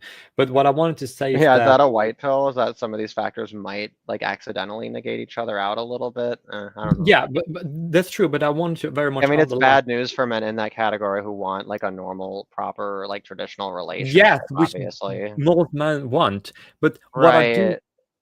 Yeah. it's very important that I get distressed it, and that is that like if you are a man, then and if you want babies, you want to have family, right?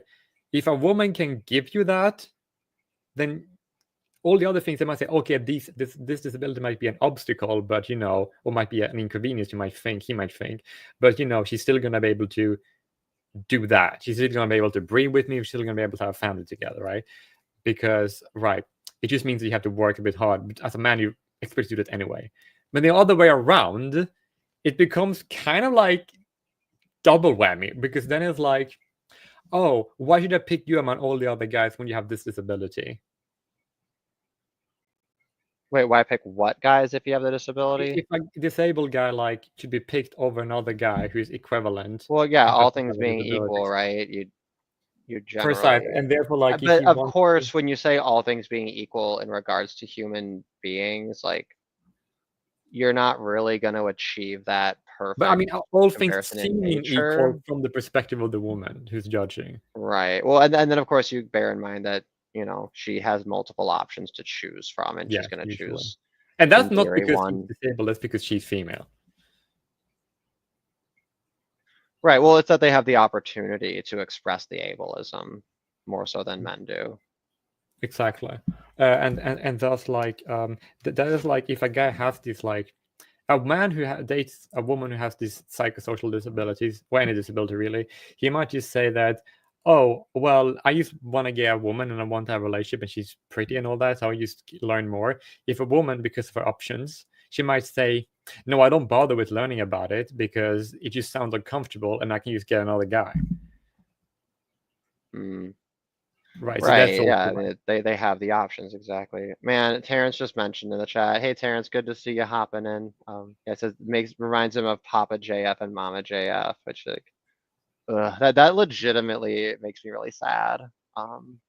Can we like I mean, not go into that? Because I sorry, think we're not gonna go into that, but I do just want to say, part of me does hope they find her alive somewhere. There was a stupid rumor that she went to go be a Buddhist monk, and I know that that's retarded, but like part of me just like wants that to be true. It would be the best ending to that really sad story. And like people are looking at it as like a way to crucify JF and whatever, and it's just like I don't like, I hardly care about that. It's so fucking sad. And the reason it hits me so hard is like I remember when I was like streaming with Jen, and then like JF I think was like Mama JF like hopped in and said, "Oh hi Jen and hi your friends. I love to watch these," right? And like she was such I a think sweet you're kind of person. going off.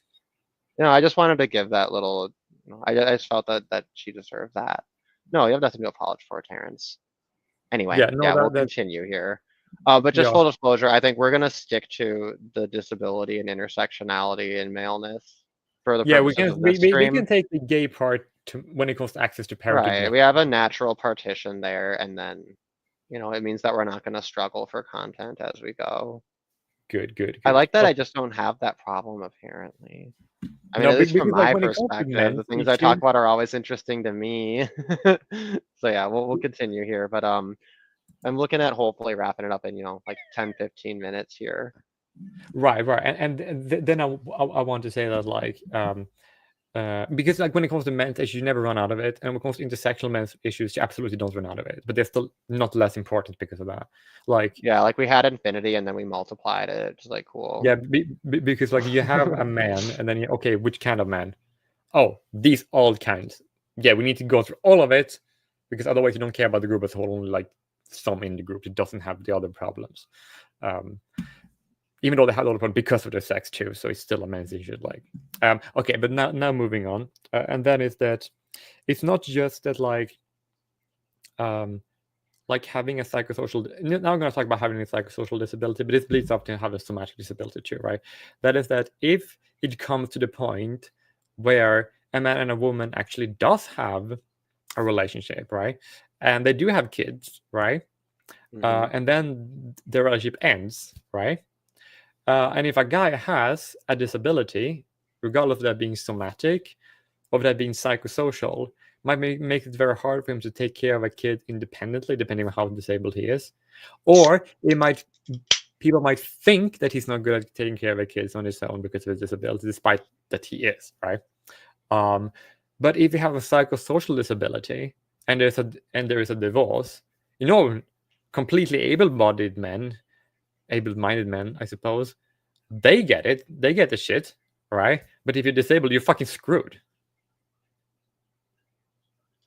Right. So you're saying that that in the worst case scenario, like you're already in a position that makes it so much more of a horrible multiplier. I mean, I guess part of that though is that like in terms of things like alimony and child support, those are based on the standards of like your earnings. Insofar as your disability is impacting your ability to earn, in theory, that mitigating factor is already kind of factored in there. No, that is But true. I don't really know how much that really matters because I know like fuck. I'm sorry. This is a little bit of a tangent, but Pearl was interviewing this guy talking about divorce and everything, right? And like he was saying that there's men who like just deliberately take low paying jobs because like what they're taken from is a percentage and that's just how they go through things. But like that's not consistent with what I've heard, which is that the judge can absolutely like make a determination of what you should pay based on what they in theory think you should be making, regardless of whether or not you have the ability to maintain that job or can even get it again, or if you lost it. Like they don't give a fuck about that. It's like you can't just do the American Beauty thing where you decide to just like work at Burger King or whatever. And I think that should probably change. I think that that'd be a really great change if we said if there's going to be child support and alimony, make it a percent of the income. And if that creates a perverse incentive for men to just earn less, so fucking be it. Yeah, no, exactly. Because but my point is also this: like, even if that happens, the guy managed to have a paid job, if he's when he's disabled, right? The thing is that it can be harder to gain and maintain a job if you have a disability sometimes, not always, but sometimes that can absolutely be a factor, right? And that means that if you get fired from that job, it's going to be hard for you to get rehired for that same payment level, right? And that is, but then if you say, oh, if you could it once, an able-bodied man probably could get it again, right? But or he couldn't, right? But if you're disabled, even less likely to be able to get that back. Thus, it's going to become more of a problem that you have a disability when you get a divorce. But yeah, and I guess we're all aware that I believe it's the case that like a nasty divorce is like the #1 determining factor in completed suicides, right?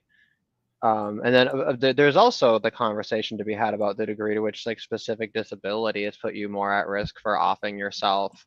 Like the obvious one that comes to mind is like the extreme forms of like dwarfism, is they have like an absurdly high suicide rate, right?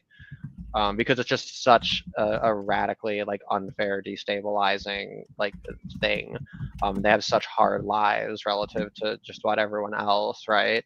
So then I wonder, I mean, but this is just the overall problem with quote unquote disability as a category, right? Is even when we try to make these larger distinctions of the somatic versus like a psychosocial and stuff like that, right? It's like still it's but there's some specific apples and oranges and more fruits for that comparison continuing. Like it's But what I wanted Just a to real underline. mess, a real battle royale of a category. So that's Yeah, it's a partly very why I'm broad just like struggling category. a little bit in general. It's basically like a broad category, like an ethnic minority. That's also a very broad category. But my point is that these are still. Yeah, but not really. Like that's just a kind of a change, and you can say where you're drawing that line, and then you can like go from there. But if we're talking about like in theory, the way to like truly do perfect justice to this would be to isolate like every single discrete identifiable disability, right? In terms of that and its maleness. But obviously there are commonalities we can speak to, and I think we've done a good job touching on some of those. I think But I probably need the to. biggest one in regards to this issue of procuring the status of parenting, it is the fact There that is you have a actually some. dynamic that puts the pressure on the man to initiate, and that's obviously just about always going to have a particularly unfair, cruel disadvantage on people with a disability, and to the degree that their disability is severe. Yeah, but I do have to have more things to say about specifically this topic of Hmm. curing parenthood while having disability, I and just that wanted is to make that. sure we put a nice little bow on that in case anyone's lost, because I think Yeah, that that's like exactly. a That's a that's good like point. the gem here, I think. But no, Yeah, we got time for one or two more, I think, yeah, since we've because laid like the there's like foundation. two things I wanted to. No, I'll just speak like on it, and then I'll, because there's a Yeah, like. I'll give you the floor. I'll try not to Yeah, interrupt. it's kind of hard to compartmentalize because it's kind of like a flow chart, or like just a flow. And that's like that. One thing is that specifically like when you go divorced and you have a psychosocial disability, like let's say you have something serious like a schizoaffective disorder, right? Hmm. And if a woman basically like wants to have full custody, and her ex has schizoaffective disorder, it's kind of easy to use that against him as a reason why she has to have full custody. And then some people might even say, well, yeah, but then maybe she should. But like, should she really? That I don't think that is like an automatic reason why she should. And I used. Sorry, I want to make sure I'm clear on this. Are you saying the situation for the man versus the woman, if either of them are like schizo, right? Like you're saying that the woman could leverage it as an advantage in a divorce if she has it? Like, was Well, that what you mainly, were suggesting? I was thinking that if the guy has it, that she can leverage against him. Well, yeah, Yeah, right. that was something I wanted to It would underline. go part of the picture for when these like judges and social workers are trying to create a qualitative assessment on if they're a fit parent, and like certainly the diagnosis of a condition like that. They'd also be looking at like what is their treatment, and then of course like what kinds of behaviors or episodes or instances can they reasonably link to that behavior, right? I think that would be the theoretical framework that they're working under. But I mean, of course, it is, I think, easy enough to say that it's essentially going to be disadvantageous.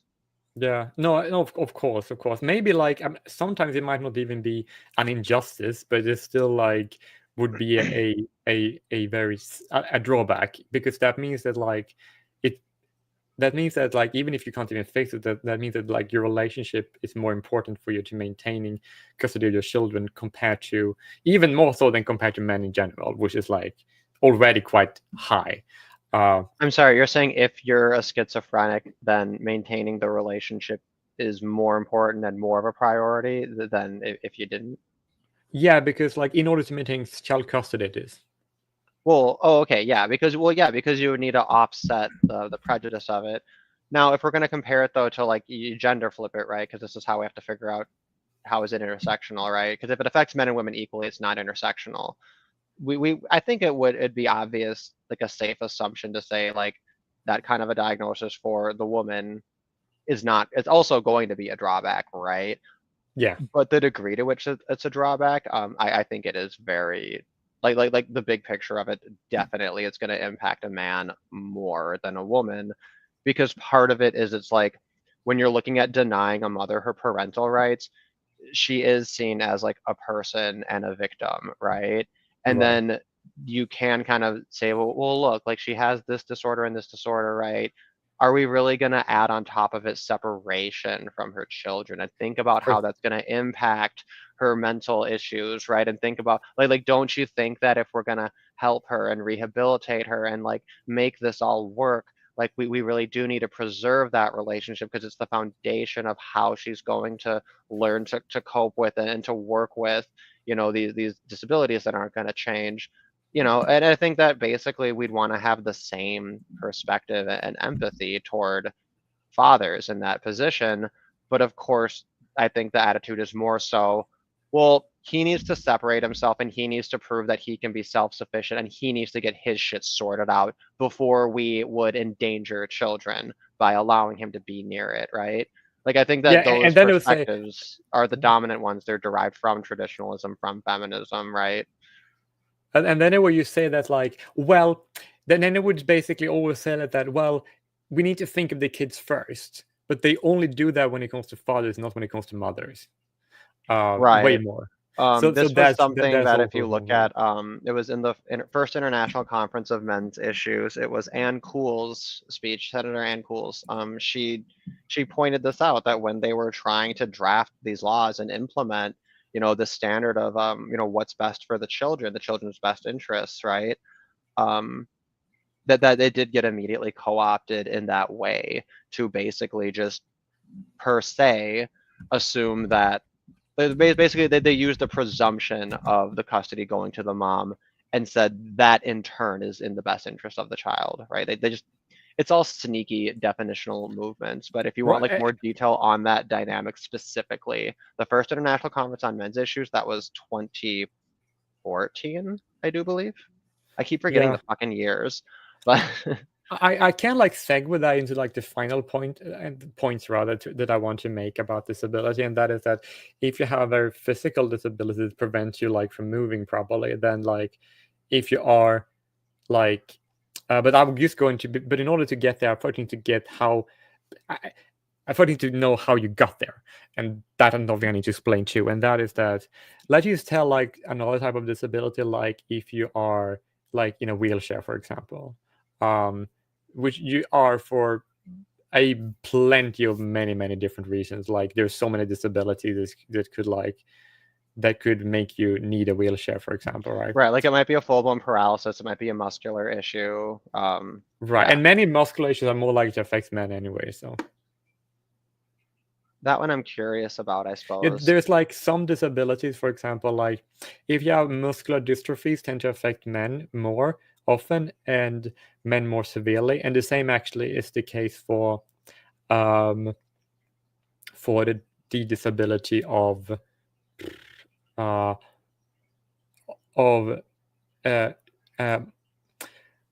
the Marie-Charcot disease is also disorder. It's also something that affects males more severely. But on the contrary, Ehlers-Danlos syndrome, which I got, tend to affect women in general more severely, but it can also affect men very severely. But any of these disorders can make you need to use a wheelchair, right? So then I wonder, the argument would be that this just has to do with the innate biological differences between men and women. No, it does, but there is more to that I will go into, and that is that most people tend to very often be prejudicial, right? And that is that if they see a guy or a woman using a wheelchair, for example, many people might just assume, right, that it's because of paralysis, right? Because many people just think that's because that's something they understand, right? I think it's the easiest thing to conceptualize, right? Right. It also has a utility, which is like, I need to understand that this person can't walk. I'm just going to assume they're paralyzed. Yeah, but actually, I have full feeling and I can kick my little legs, and it's just like, okay. And that means like remember that, but like it's not really going to be materially relevant in terms of like what we need to remember in terms of like accommodating you. And this is like become very relevant because like whenever people think about paralysis, usually as a result of a spinal cord injury, right? There's prejudicial about that, but also some facts about that. It's very different because of the factors that we need to like. That it's very important to underline here, and that is that if you, for example, have a spinal cord injury, people might assume that every paralyzed guys have limp dicks doesn't work at all, right? Okay. Some people think that, right? And sometimes there are like a lot of erectile dysfunction that can come with a spinal cord injury, but not always, right? And not even most of the time, to be honest, right?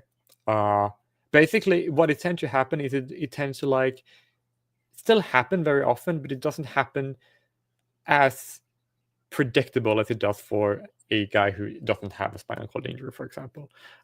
One example is that if you're basically get a spasm or you have a muscle, you bump into something, then you can get erections very easily, and you can have them for very long, even if you aren't aroused by anything, right? So it doesn't make that you can't have erections. So in It's terms become of very like irregular. the physical sexual mechanics, these are like directly pertinent to, you know, the plumbing. Right, and exactly. And the problem with that is basically what people think and also how things work, right? As people might think. Yeah, and I guess most people don't really have any particular knowledge or expertise on like the variability of erections and how they could change depending on like what is or isn't functioning. Because like I don't fucking know. Like, right? Yeah, So when you exactly, say but that they assumption, still it's like, have- yeah, it makes sense that people just make assumptions or at least have a suspicion, you know? Like, right.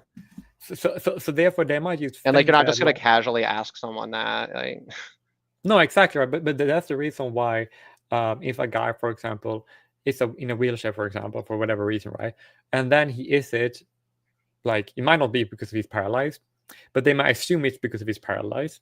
And regardless if that's true or not, they might still make an assumption that, oh, that means his dick doesn't work, right? Even though it does, or even if if he's paralyzed or not.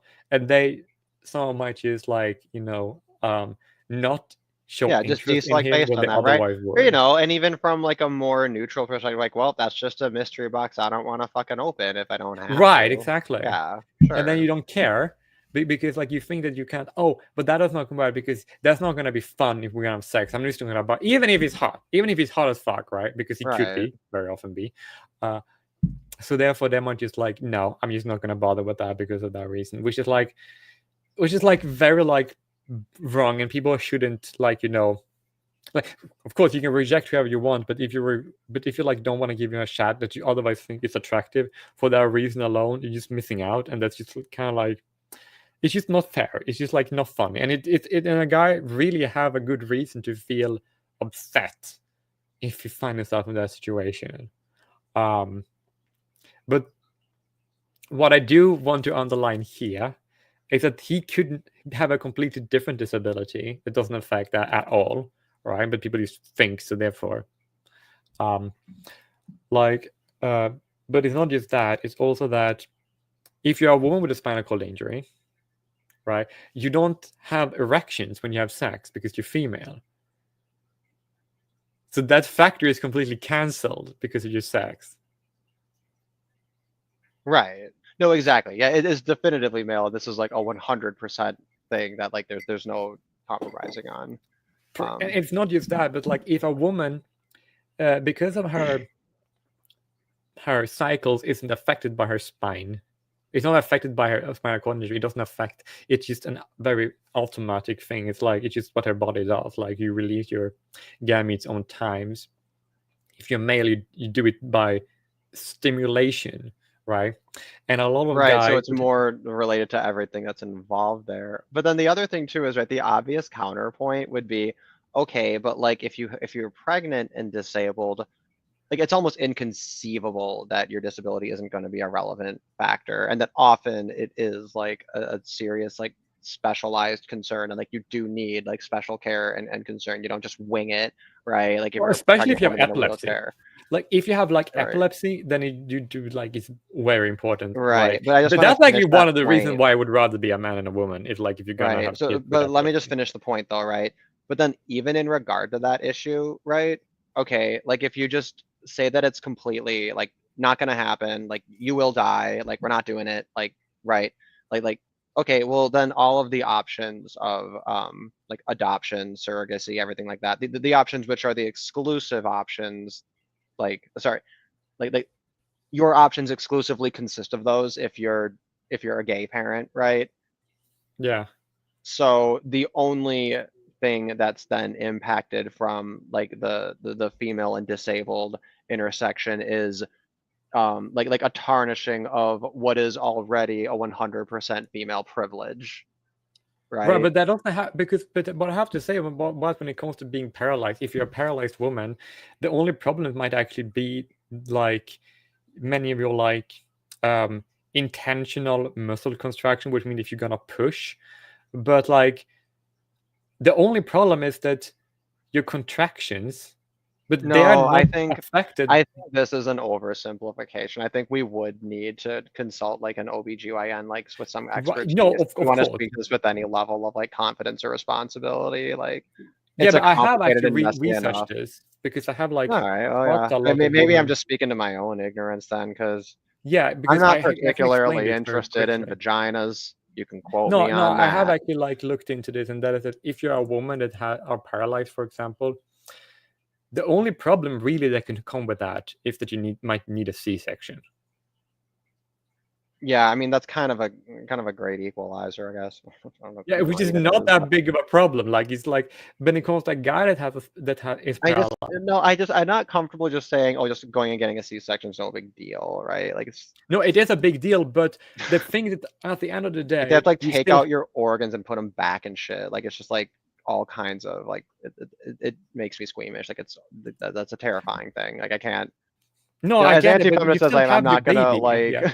I am gonna push the brakes a tiny bit on over reducing and trivializing the complications of No, I don't want pregnancy. to. I just want to Yeah. like go over it quickly and then move on.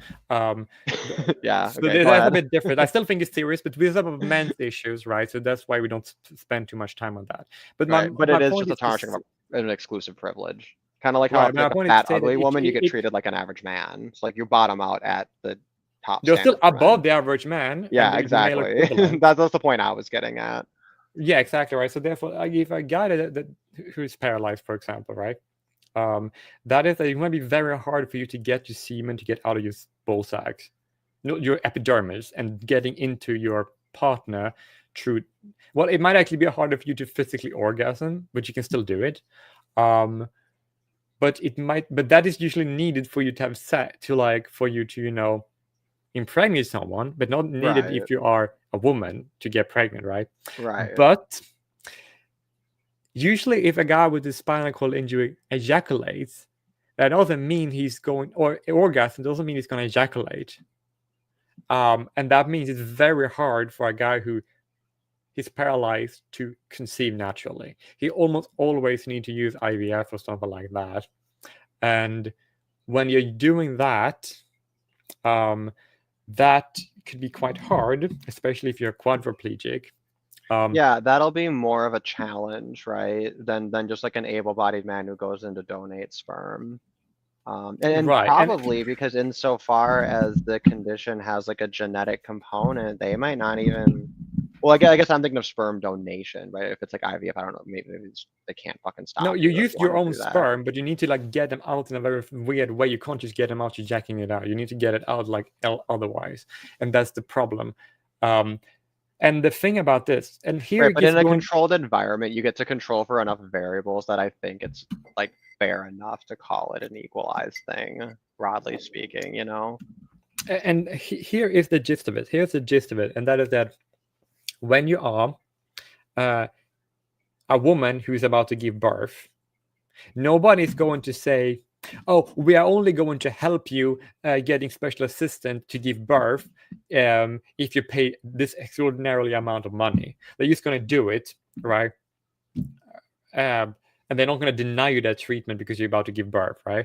But if you're a guy and you want to make you do IVF, which they're just going to say, well, then they just want you to pay for it yourself, which is like, which sure you can do, but since we have women can get an abortion for free, and if you're a welfare state for people who already are parents, and if you're disabled, you still pay taxes, then why are those things being funded by you, but your tax aren't funding your own IVF that you need?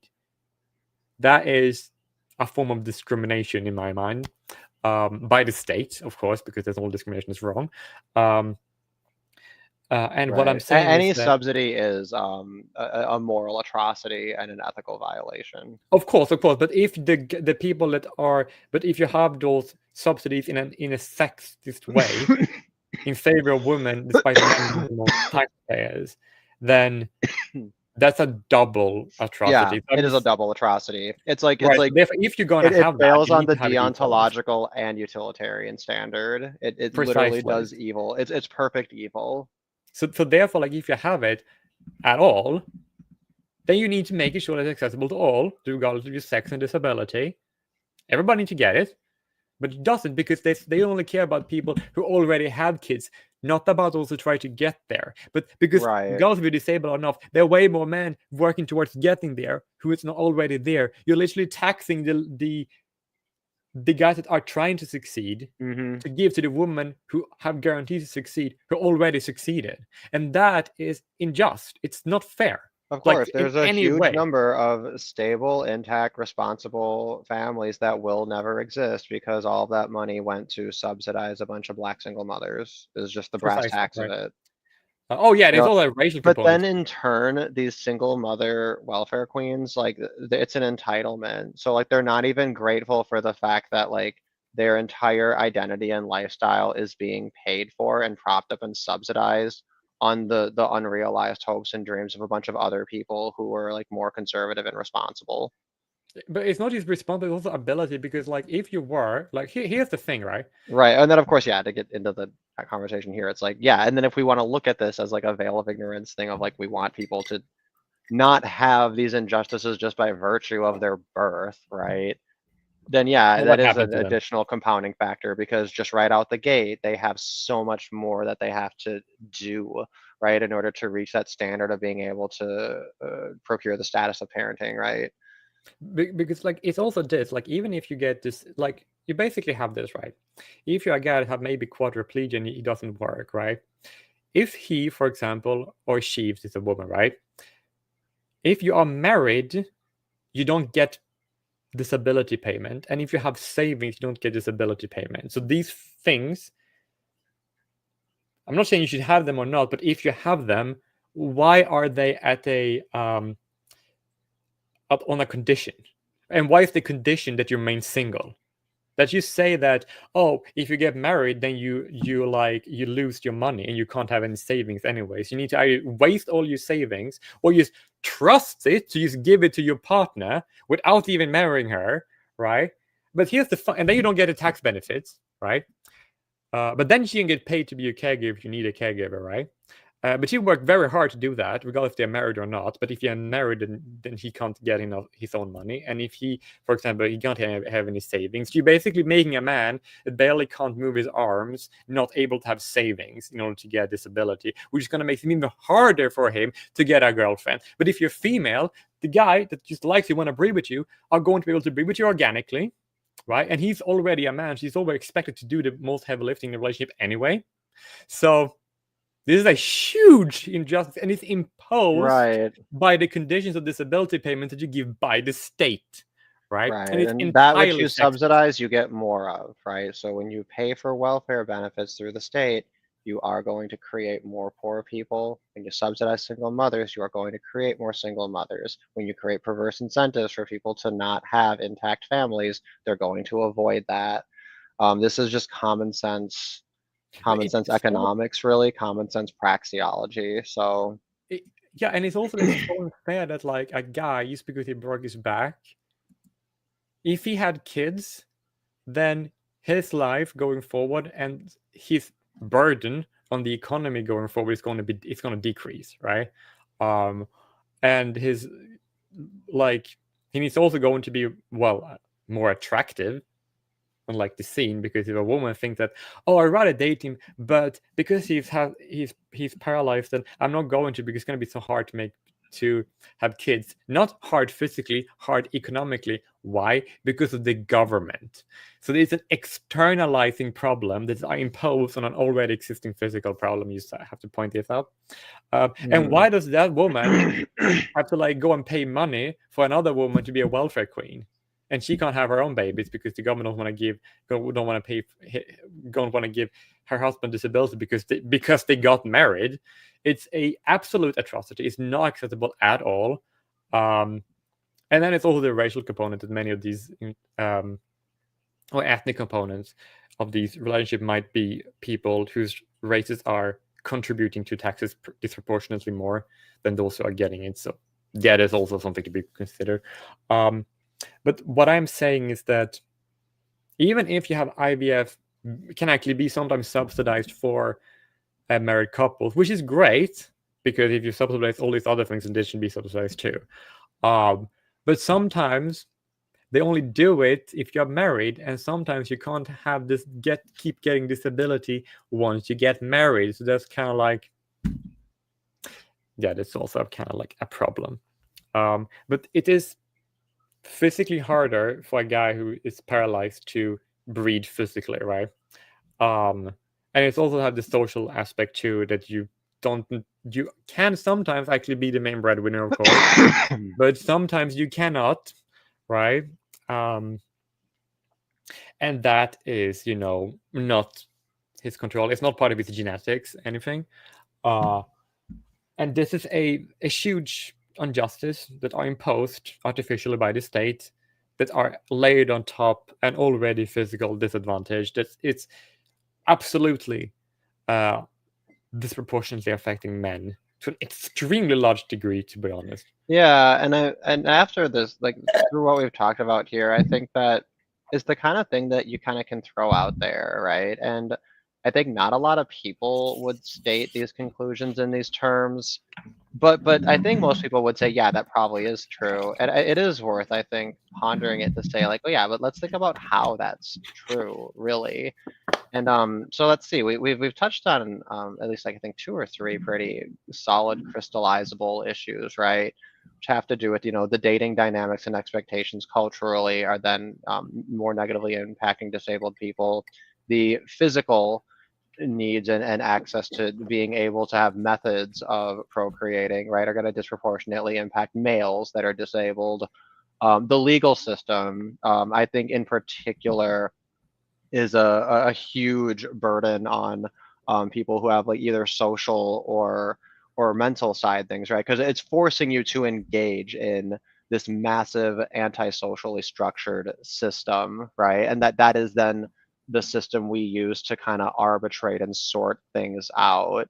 And then to some degree, right, these things are kind of just facts of nature. But of course, as you've kind of laid out here, which of course this isn't going to be news to anyone who's like even a tiny bit familiar with libertarianism. Obviously the government's not fucking helping, and in fact we might say that like if the goal were to actively fuck over disabled people, I'm not sure we'd change a goddamn thing, right? Yeah, no, exactly, because in like a society that prides itself on equal opportunity and justice and equality for all. Yeah, and the only way to get equal opportunities, you need to look at intersectional men's issues, right? If you don't do that, you will never, ever, in a million years, ever get equal opportunities at all. Yeah, like, it really lays bare like how much of a cunt everyone is who supports government.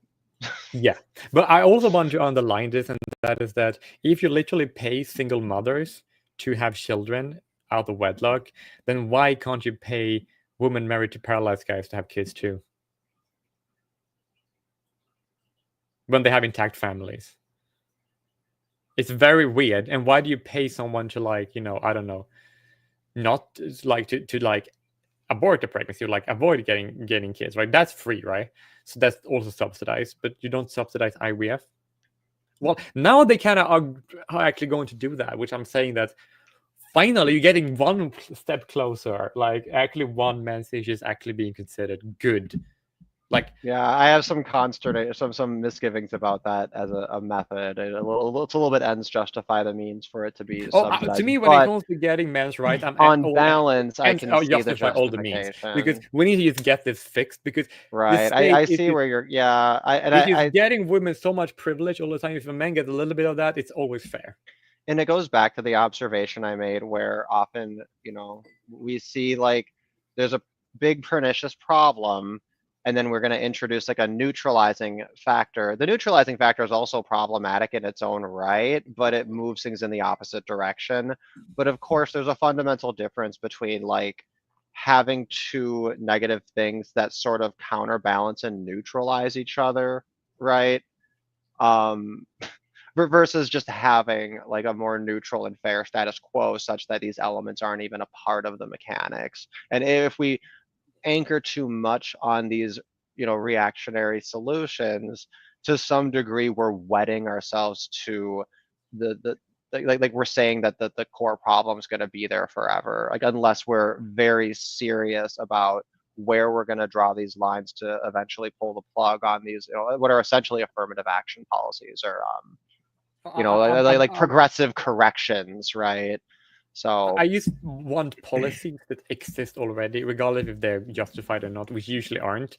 But if they exist, then they should not only be in the benefit of women at the expense of men. They should be then they should be expanded to include men too. And if that lead to an unstable society, then that's just great. And if that leads to men getting the same opportunities as women do, and that's just great. It's just nothing can go bad. Because even if it destroys society, fantastic. It shouldn't exist in the first place anyway. It was a sexist, statist society, right? But if it doesn't, well, at least these fucking dumbass statist policies doesn't just benefit women. Right. No, I can see it as like a provisional kind of middle position that, is acknowledging a way to at least achieve a semblance of equality in a way that's maybe realistic in the here and now. And in terms of like it violating the principles, I mean, we can always just put it on the collapsitarian scale, right? So I guess I'm of two minds of it. Terrence is asking, how can you get a free abortion in America? I think it's relatively rare in America to get it for free. You probably get it just like low cost. I mean, there is a social obligation, like you can get the man to pay for it. He's considered a scumbag if he doesn't pay for the abortion that he's allegedly responsible for. I guess I don't know how much weight he doesn't that deserves, want it. Like, if it's her body, but of course you have a European perspective, and over there much more likely. And in Europe is like just be free. Getting like assisted reproduction in Europe is like fucking nightmare in many countries. Like, trust me. Like, like honestly, I actually prefer America. Is actually not as bad as Europe in many instances, which actually sounds very bad. But that's to be given. But like my main issue that I'm having is that I'm not that like. I just think it's very unfair that like if you get disability, that should come with the condition of not having savings or not getting married. Like either you have it or you don't, basically. Mm-hmm. Because you can't have like these, because people think this is a compromise. They basically, you only give your welfare if you're single, but if your husband becomes disabled and can't work, does that mean you have to leave him and not live with him, taking the father away from the kids, and then you can get money to afford the kids? Like having to put your like fucking 30-something-year-old father and husband into a nursing home for a bunch of old people because you don't get enough money if he stays with you. That's demonic. It's evil. Like to the greatest extent. Like you gotta assume that they want the opposite of the stated goal, and there's no other word for that than evil. And if you really want, we only want to give like benefits to people who really need it. No, if you're going to give benefits to people, you need then the benefits should, if you're going to give it, not saying you should, but if you're giving it, it should be either regardless of your marital status or anything. It should just be, if you have kids, you get welfare for it, regardless if you're married, regardless of who you're married to, whatever. And if you get disability, you should get it the same amount, regardless of your saving, regardless of your marital status. You should just get it, because if you only get it if you need it. Well, so then if you like get married or like, then you should just lose it. That is leads to injustice, which I just explained, and that is not it's unacceptable. And this is like demonic. I actually would say that you're basically like destroying perfectly healthy family by having these subsidies coming with a condition. This is like a perfect example why statism is just evil, because like if you have conditions on these policies, then they become tool of oppression rather than assistance. And that is the reason why government policy is in general evil. But because it's going to be so fucking hard to advocate for these policies be scrapped. But to have these policies be unconditional, it's going to be very easy to leverage that or to argue that towards the average person or even to politicians. Because I just want to be practical. I just want this extreme form of sexist ableism that exists to various degrees to stop. And I honestly do think that the ends justifies the means in this instance. Because actually, like, it wouldn't even change anything for the people in society overall. It would just make sure that you don't have these oppressive, ableist, sexist laws that affects mainly men. But it of course affects women because women are still involved in this. And I know this also happened to many people, but this is a very important men's issue. So yeah, that's just really important. Mhm. Really needs to be addressed. I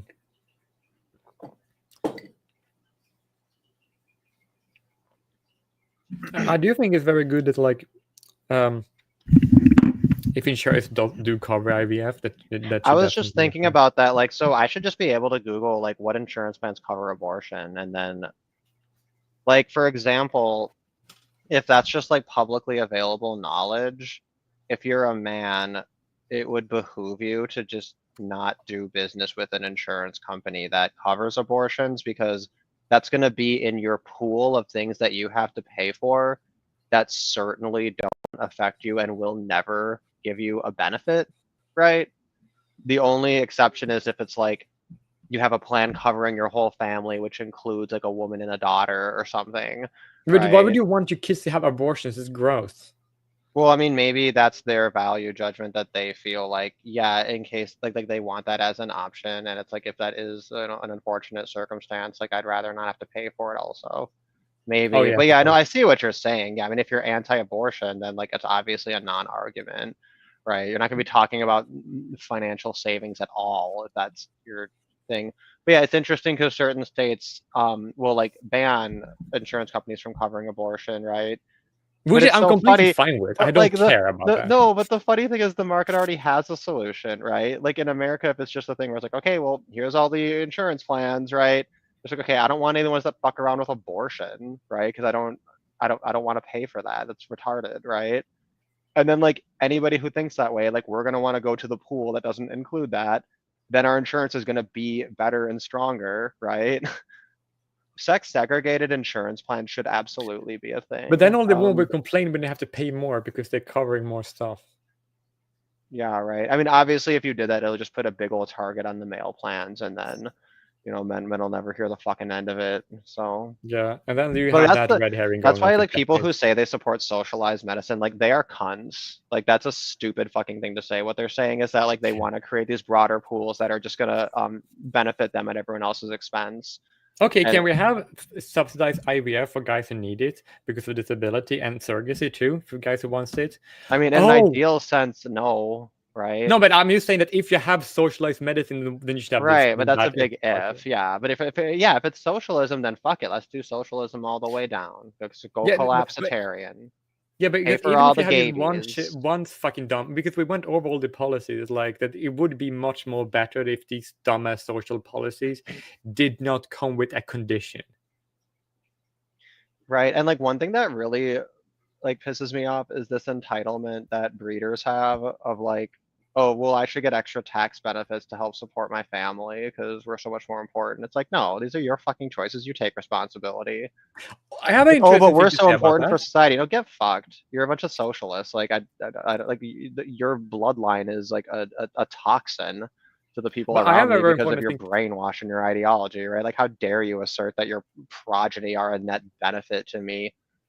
No, I would like to say something about. They say that you should get tax benefits if you have kids, which you do get. But I want to underline a very specific thing about it, and that is. I love how these plans don't work either. They just like give them free money, and then like the women just pocket the money, and then don't even have more kids. Yeah, but I would like to underline one thing, and that is this. That is that that you said that they get tax benefits if they have children, right? Right. And that is if both have kids, right? Okay, here's something interesting. That's for married couple with kids, right? Right. And that is the interesting thing, because if I said before, if in order to get disability, right, payment, right, or to get paid to take care of your partner, right, then you cannot be married, because it's expected that you care about your partner, so you don't need payment for it. But otherwise, you need it because it's not expected. That's the Right. justification Well, the they give, other which is thing though complete bullshit. too is like the idea is these countries want like a higher birth rate, so let's pay people to have kids, but like But it I doesn't wanted to finish the actually point. increase the number of kids people have. It just kind of changes the timing, right? Which is like not particularly relevant from a population standpoint. Okay, Yeah, so let's go ahead that, and wrap up the no, I next need to point finish here. the point. Okay, go Yeah, ahead. and sorry, I just like was middle of it. It's basically like you have that come with a condition, right? That you can get disability as long as you are not married, right? Which is bullshit, right? But that is the condition. And if you want to get paid to take care of your spouse, you can't do it if you're married, because it's expected that you should care about your spouse. So therefore, you can't get paid for it, because that's supposed to be a given when you get married. But like apparently it is not if you're not. So it's just really dumb. But you don't get as much money if you do that otherwise, right? But, and here's the really kicker, right? And that is that you get, I said before, you don't get disability, but you only get if you're unmarried, right? Therefore, if you have a disability, right? If you get disability, right, because you don't work, right, because you can't get a job because of regulation, whatever, then you cannot be married to your partner you have kids with, right? Which means that when you get tax benefit for having kids, you can't get it because you're not legally married, because you can't get disability and be legally married. Right, so it's going to be a compounding factor from the disabled perspective. It's like, oh, great, that's a nice niche benefit for men, not me. Yeah. It's a final fuck you that they have, like, to give. Yeah. It's like, yeah, so even when we try but not to, to you, because you can't be married. yeah, I just wanted to point out then, like, the big takeaway from that is that if you look at men's rights too much from a broad perspective, it's too easy to create these T charts of like, well, here's a plus, here's a negative, here's a plus. But then if you apply an intersectional lens, it's like all of these pluses like don't help these men who are being affected by all these negative things, plus more that we just unearthed, right? Yeah, and now we're just talking about intersectionality when it comes to disabled men's access to parenthood alone. Right. We chose one topic and its related subtopics with one like cross section of intersectionality, and had like a whole hour of shit to say about it. And yeah. The fun fact is that it's so easy to just fix these issues. Like at least from the legality, when the issues becomes when you're not just disadvantaged, or when you become oppressed, and then when these issues becomes a bigger problem because of how the society actually treats you by the law, then you become oppressed. I think that's a fair distinction. Yeah, we can bust out the term oppression when it's like the government's literally doing it. Yeah, but then it is oppression. Yeah. Otherwise, because many of the things we mentioned before, they're just being disadvantaged, and that can actually mitigate it by just educating people better and changing social stigmas. That's something you can fix without changing the law. And when it comes to the oppression, you have to actually change the law. Yeah, and so the problems of a different nature, the solutions are also of a different nature. Right, but they're still a part of the same issue when it comes to this particular intersection. Right, who it's affecting. Yeah. Yeah, I think we put a bow on that. I'm feeling pretty good about wrapping it up here. I do, but I just have to say one more thing. All right, but it's literally one more thing. And that is, I want to say, when it's harder to get guided, have a very physical disability to actually, get to breed, right, and have it, and to keep being in his family, right? Because they're even incentivized to having not be in the family even when they have kids, which is abhorrent, but I already went over that. But that if they manage to make it work economically together raising kids, right, despite you're still a normal person, right, even if you have a disability, right, that means that if you are, I guess, a quadriplegic, right, or if you are in a situation where you can't really take care of yourself, and you can't really take care of or be independent, many disabled men can, of course, but not all. So therefore, if you aren't able to do that, and then you want a divorce or your partner wants a divorce, then it's going to be very then you're not going to be able to retain to retain custody over your children because you physically can't really take care of them by yourself, which means that you have which means that your relationship, you kind of like, if it ends, you're going to have a even higher likelihood than to lose having the custody of your children than an able-bodied man, which already have a very high likelihood. Right. So it's an important distinction that like the procurement and like even achieving the standard is difficult. But then of course in the aftermath of a dissolution, of a divorce or whatever, like then also it's like you're even more likely to just like completely cut off in that way too. So not only is it harder to achieve, but then it's also more fragile. And the woman is even sometimes financially incentivized to end the relationship and move apart, like even when she doesn't even want to, which is the worst issue. That's the worst of the all circumstances the way it went over. If she doesn't want to, the government's money shouldn't make a fucking difference. I would. No, exactly. What if I give that excuse like zero no, that's weight. true. That is true. I agree. But I'm saying that the ANCOMs are gonna find me unsympathetic to the poor, and yeah, kinda like. But you're not really that unsympathetic. You don't want them to be. You don't want people. If we have all these social programs, you don't want people of a certain subsection of men, in particular, to be held on extra high standard than all the other people, and the men to be held to high standard than a woman, right? And for men to lose out because of this, because they don't get the same access to as women. So the only one that be unsympathetic to poor disabled men, that's the people that are running the state. We actually want to eat. We are actually way more on helping people who need it more than anyone else. Well, yeah, I mean, because like step one is identifying the problem, and outside of anti-feminism, that's like basically yet to be seen, as far as I can tell. All right, so I'm gonna wrap it up here. We went maybe like half an hour over my goal, but that's good because 2 hours and some change is about the right length I'm looking at. So awesome. Yeah, I think we had a lot of content here. I think this was a pretty dense stream in terms of stuff we're talking about. So yeah, I feel pretty good about it. And yeah, we do want to talk probably on this same topic and related issues, but with a different intersectionality on the next time we do the cross address as the second. That would be the gay access to parenthood. That's right. It'll be a little bit gayer next time, but we're easing people into it. All right. Yep. I'll see you guys within 7 days. And thanks to everyone who showed up in the chat. I love to see these new faces and old faces. Truly is a reunion. And Jay Willie, thanks so much for hopping on, despite me being bossy and bullying you into a specific time frame. No, I do like to be pushed. Here we do not ban bossy. Anyway. Yeah, we embrace it because we are men. That's right. That's what being a man means. And that's the point. All right, you guys keep it easy.